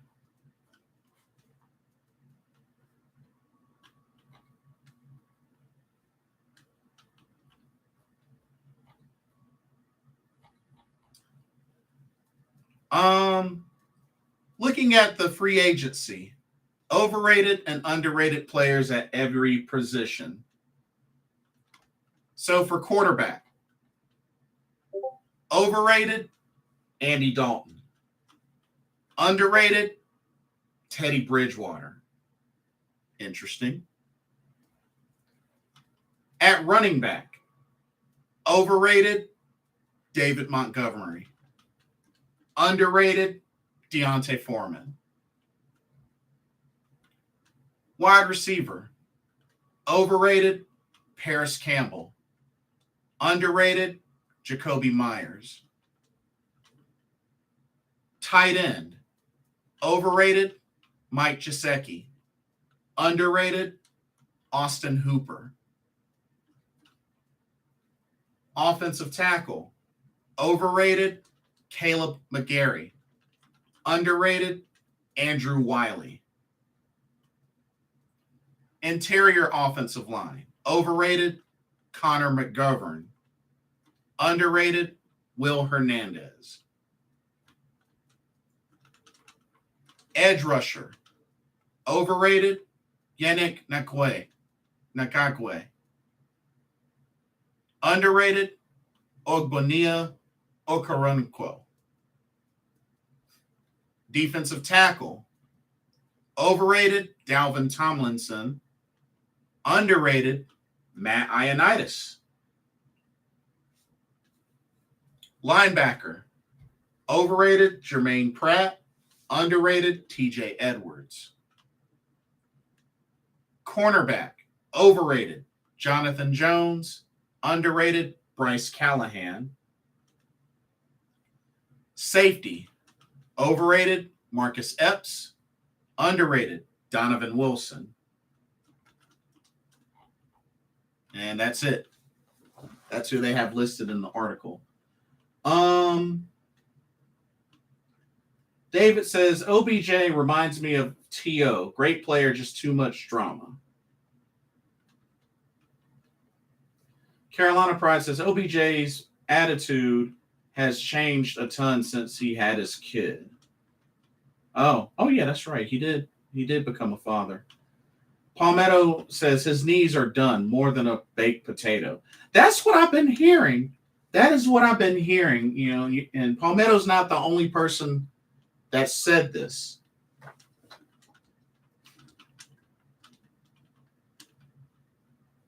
Carolina Pride says, think about it. If we draft CJ and sign OBJ, who ain't going to that game? I mean, I understand that, but the thing is, we're paying somebody $20 million that hasn't played in a whole season. I mean, he didn't sign for any team or anything like that. So, I mean, there's that.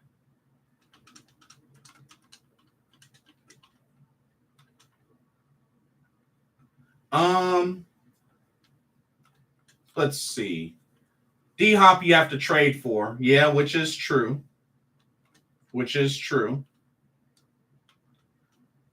Palmetto's willing to give up a pick for D-Hop. Looks like David is in agreement on D-Hop.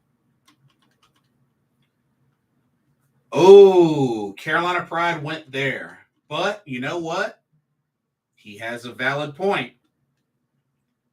We had a guy here by the name of Thomas Davis that tore his ACL 3 times. Who else are you going to spend that 150 mil cap on? Well, he is right. Thomas Davis did tear his ACL 3 times and still continued his career. This is true. I mean,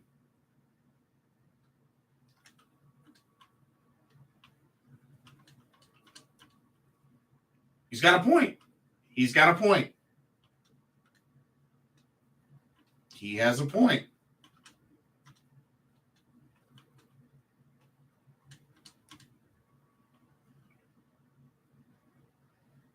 I mean, definitely do miss Thomas Davis. Man, that dude was a beast. He was a super beast.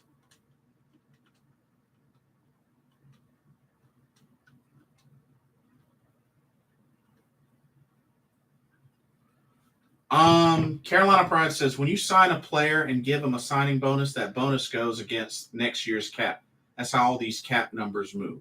Facts. David says, OBJ is spoiled orange juice who wants that garbage. Well, spoiled orange juice that has something that we don't have, which is a Super Bowl championship.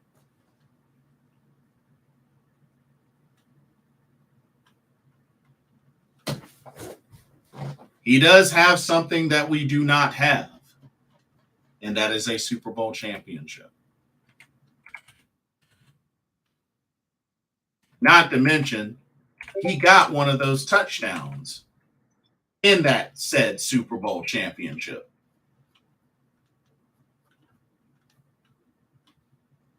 I mean, we can't deny that Odell Beckham Jr. is a phenomenal wide receiver.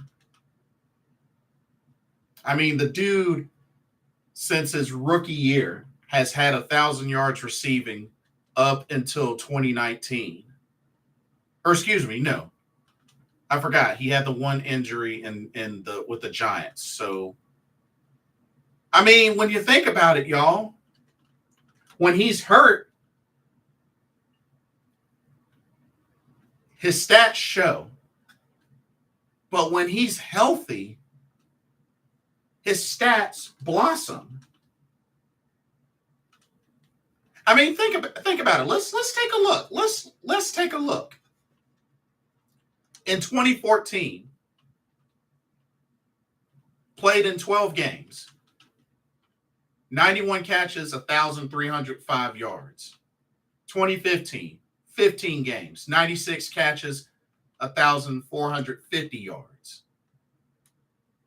2016, 16 games, 101 receptions, 1,367 yards. 2017, 4 games, 25 catches, 302 yards. 2018, 12 games, 77 catches, 1,052 yards. All right, on to Cleveland. 2019, 16 games, 74 catches, 1,035 yards. 2020, 7 games, 23 catches, 319 yards. 2021, going into 2021. Cleveland, 6 games, 17 catches, 232 yards. And then transition to the Rams, where you played 8 games, 27 catches, 305 yards. I mean, dude is a phenomenal receiver.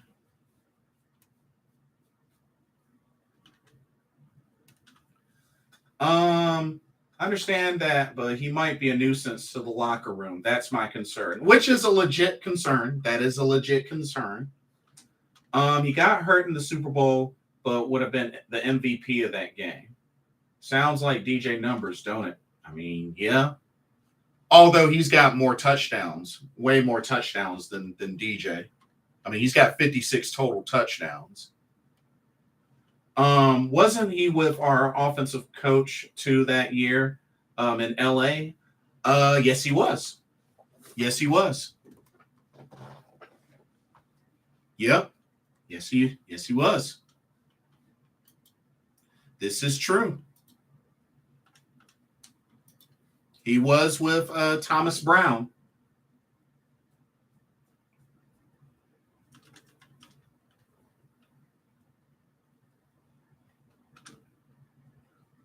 And our defensive coach. I think it was secondary. Secondary? Yeah, secondary coach. Secondary. I like OBJ. I'm not gonna hate him on Carolina. I'm not gonna hate on him, Carolina, but I just remember him going at Josh Norman and being childish on that yacht, which is true. That is true.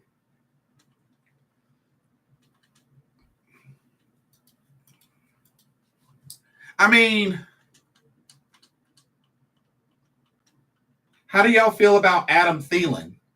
How do y'all feel about Adam Thielen?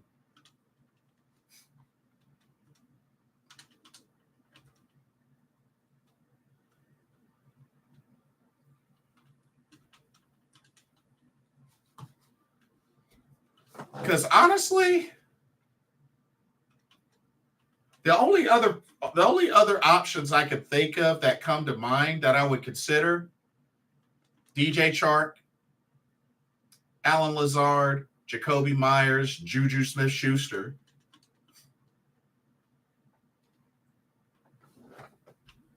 Definitely don't want Robbie Anderson. You know, Robbie Anderson's available. Y'all want him back? Or I'm sorry, chosen Robbie Anderson.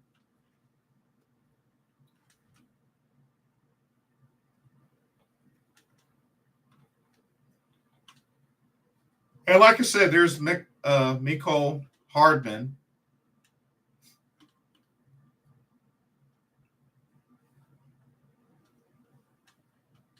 I personally love Adams' route running, but it wouldn't make the fan base happy. I mean, he would be a solid slot option, but you know, for number one, that's a little bit more complicated. But he would be a nice slot option. I think he'd be a nice slot option.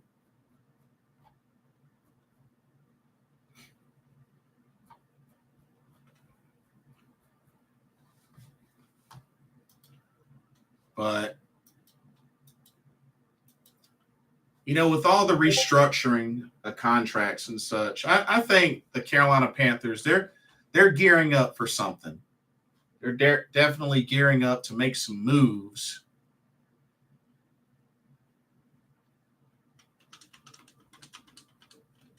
I think they're gearing up to make some moves.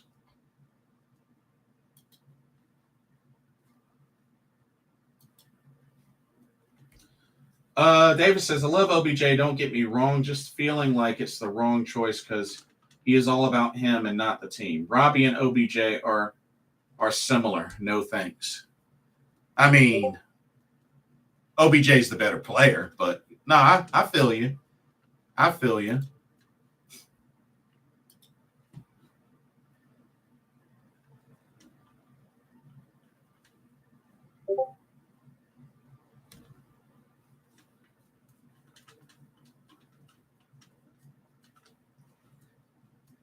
But yeah.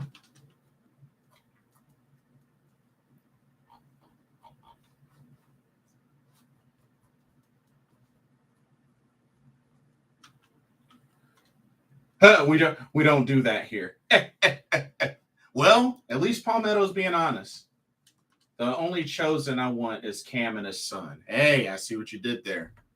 I see what you did there. I mean, hey, I totally get it. I totally get it.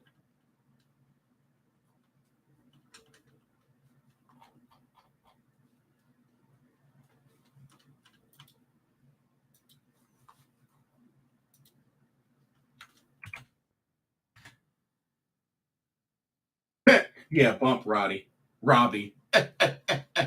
Yeah, I feel you on that. D Hop would be my choice, but I don't realistically see how to trade for him. Let's see.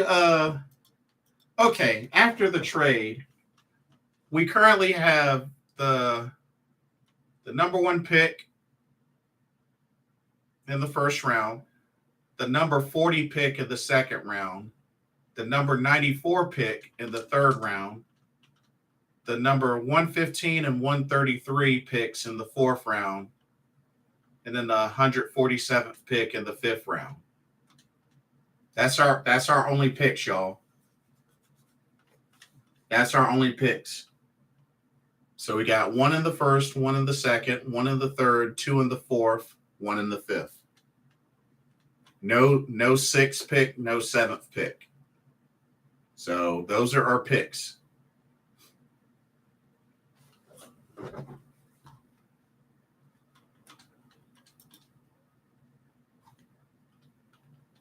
And you know what's crazy? According to the Tankathon, they have Carolina Panthers going Bryce Young with that number 1 pick.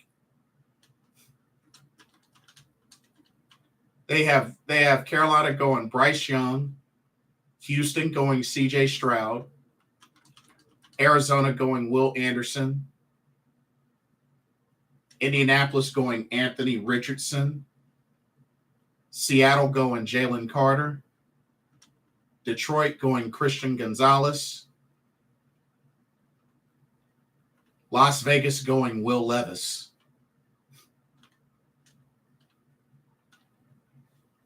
Wow.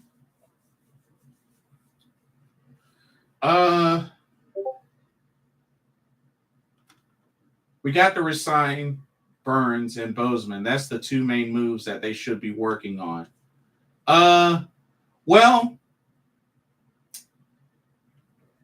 they can at least kind of sort of take their time a little bit with Burns because they did pick up his 5th-year option. So they can at least take their time with him. But yeah, Bozeman is a must. Definitely Bozeman is a must.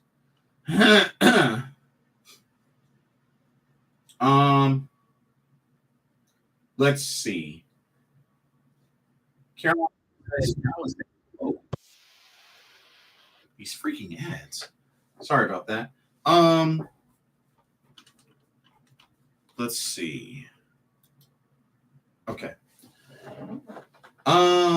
David hates Robbie that bad. Dang. He once got 1,000 yards receiving for us, David. Carolina says, I mean, if we get a tight end in the free agency, I wouldn't be mad at giving up number 39 for D-Hop. Okay. Palmetto says trade a 4th for D-Hop. I mean, if they'd be willing to accept a 4th, like our top 4th, I'd be down. I'd say, why not? If we pick Young, I wouldn't be mad, but every time he gets blitz, I would be holding my breath. Well, we have a solid offensive line, so I mean, but that's a fair point. That is a fair point. But we at least do have a solid offensive line.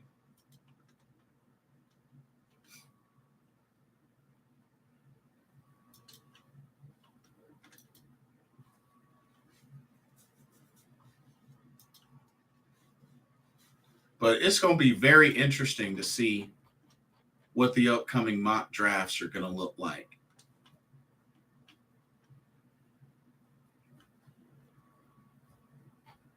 It's going to be interesting. It's going to be very interesting, y'all.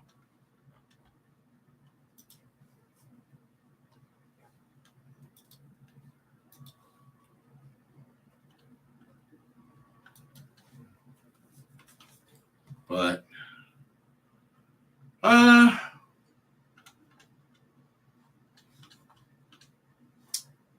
that's pretty much all that I got.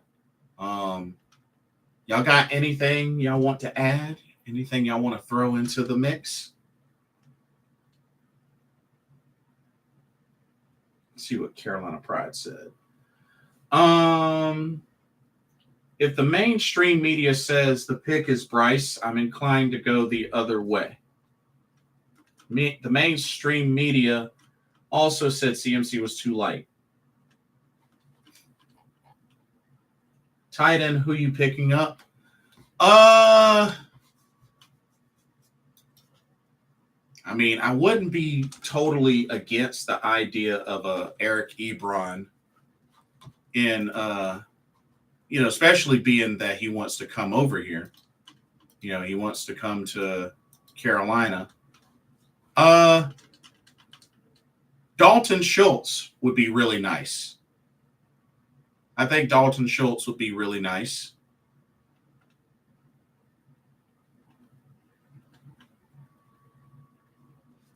I'd be down for a Dalton Schultz, Austin Hooper, or a Hayden Hurst.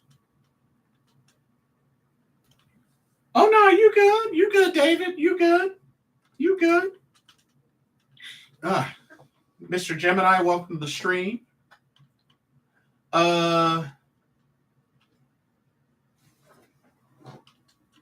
Kenny Golladay. Actually, let's see if he's a free agent. I didn't think he was a free agent.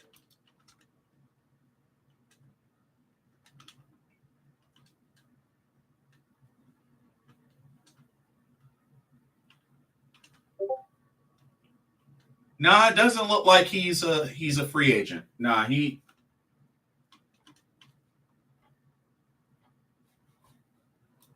Let me see. Let me see. What was he? He was with the Giants, right?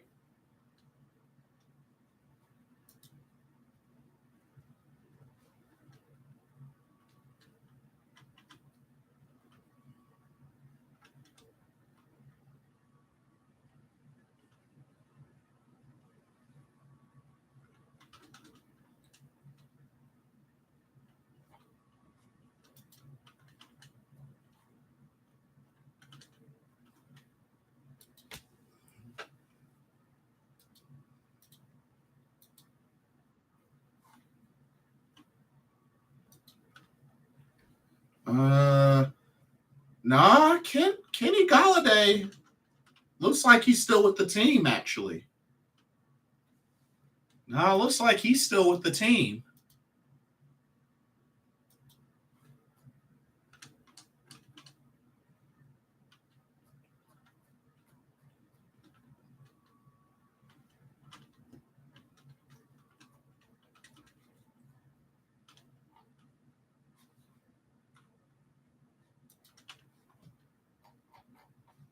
Let me do a quick search.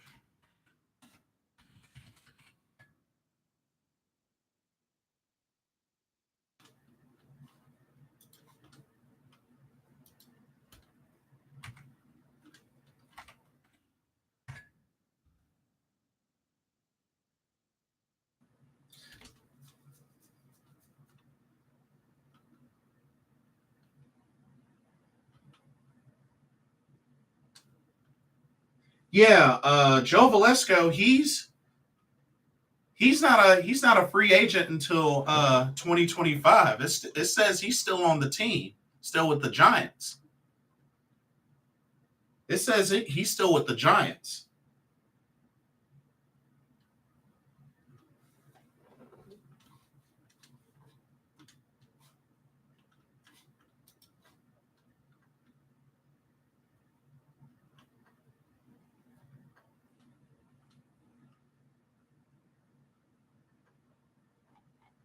Oh, wait a minute. Okay, so the Giants plan to release him. It hasn't happened yet. They said they plan to release him. Okay, so they plan to release him, but it hasn't happened yet.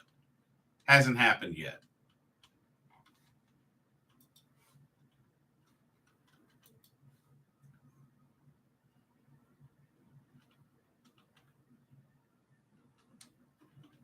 Dang.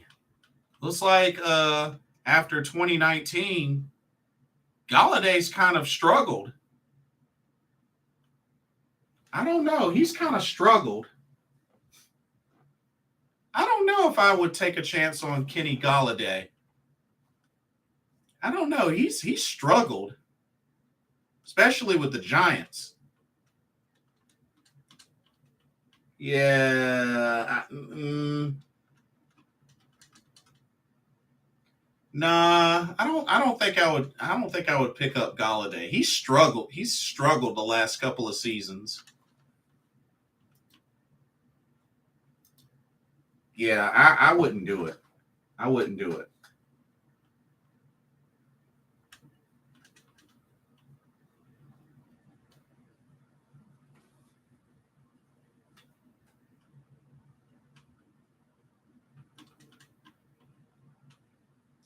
Uh, David says, just feel like Robbie mocked Cam with his son, um, with his name change. I am not. I don't even know why he changed his name. To be honest with you, I know it's not spelled the same way as Cam's son, but I mean, I have no idea why Robbie changed his name. I really don't. I have no idea.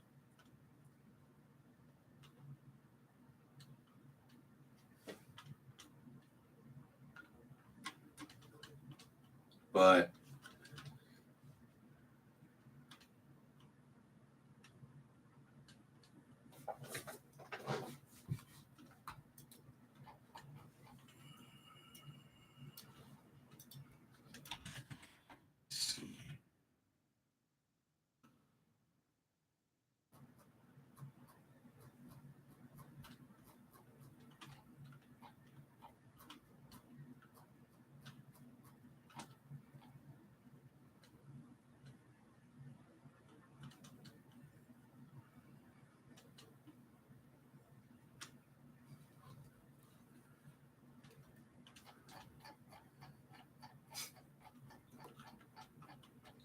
Cam's first son was chosen. Was it spelled that same way? Was that actually spelled that same way? I thought it was spelled differently. I guess it was spelled that same way. Huh. There are a lot of people in the sports media trashing the Panthers, calling them idiots. Yeah, but they've been disrespecting the Panthers for like the longest time. That ain't gonna change anytime soon. We gotta ignore that. As Keep Pounding Nation, we gotta ignore that. They're gonna be bashing us for a while until we get good. They're gonna be bashing the Panthers for a while. I hate to say it, but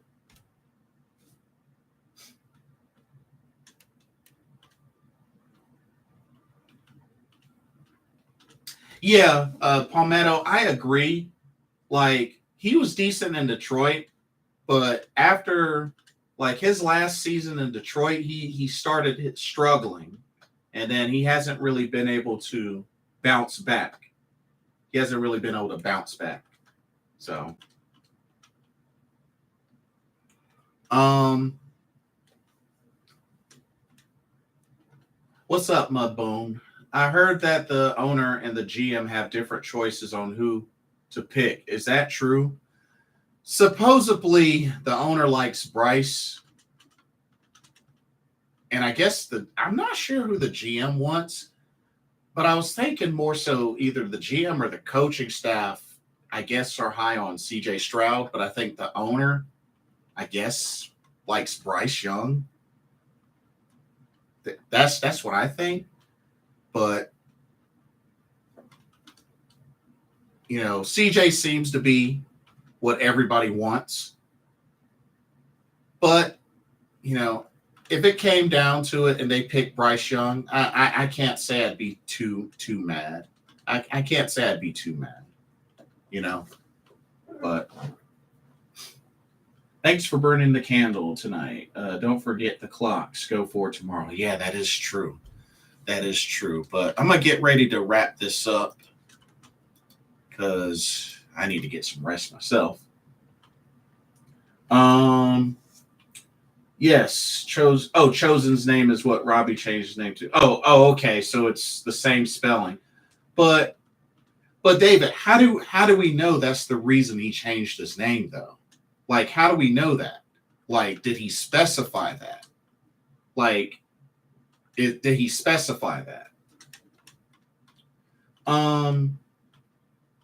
Mudbone says, will this choice divide the front office if things don't work out? I mean, regardless of who they go for, Mudbone, it's gonna be a risk anyway, regardless of who they go for. You know, it's not. There's no guarantee. So I mean, at the end of the day, it's gonna be a risk, regardless of who they pick. It's going to be a risk. I just hope there's more positive in whoever they pick versus the negative. You know, that's all I can really say.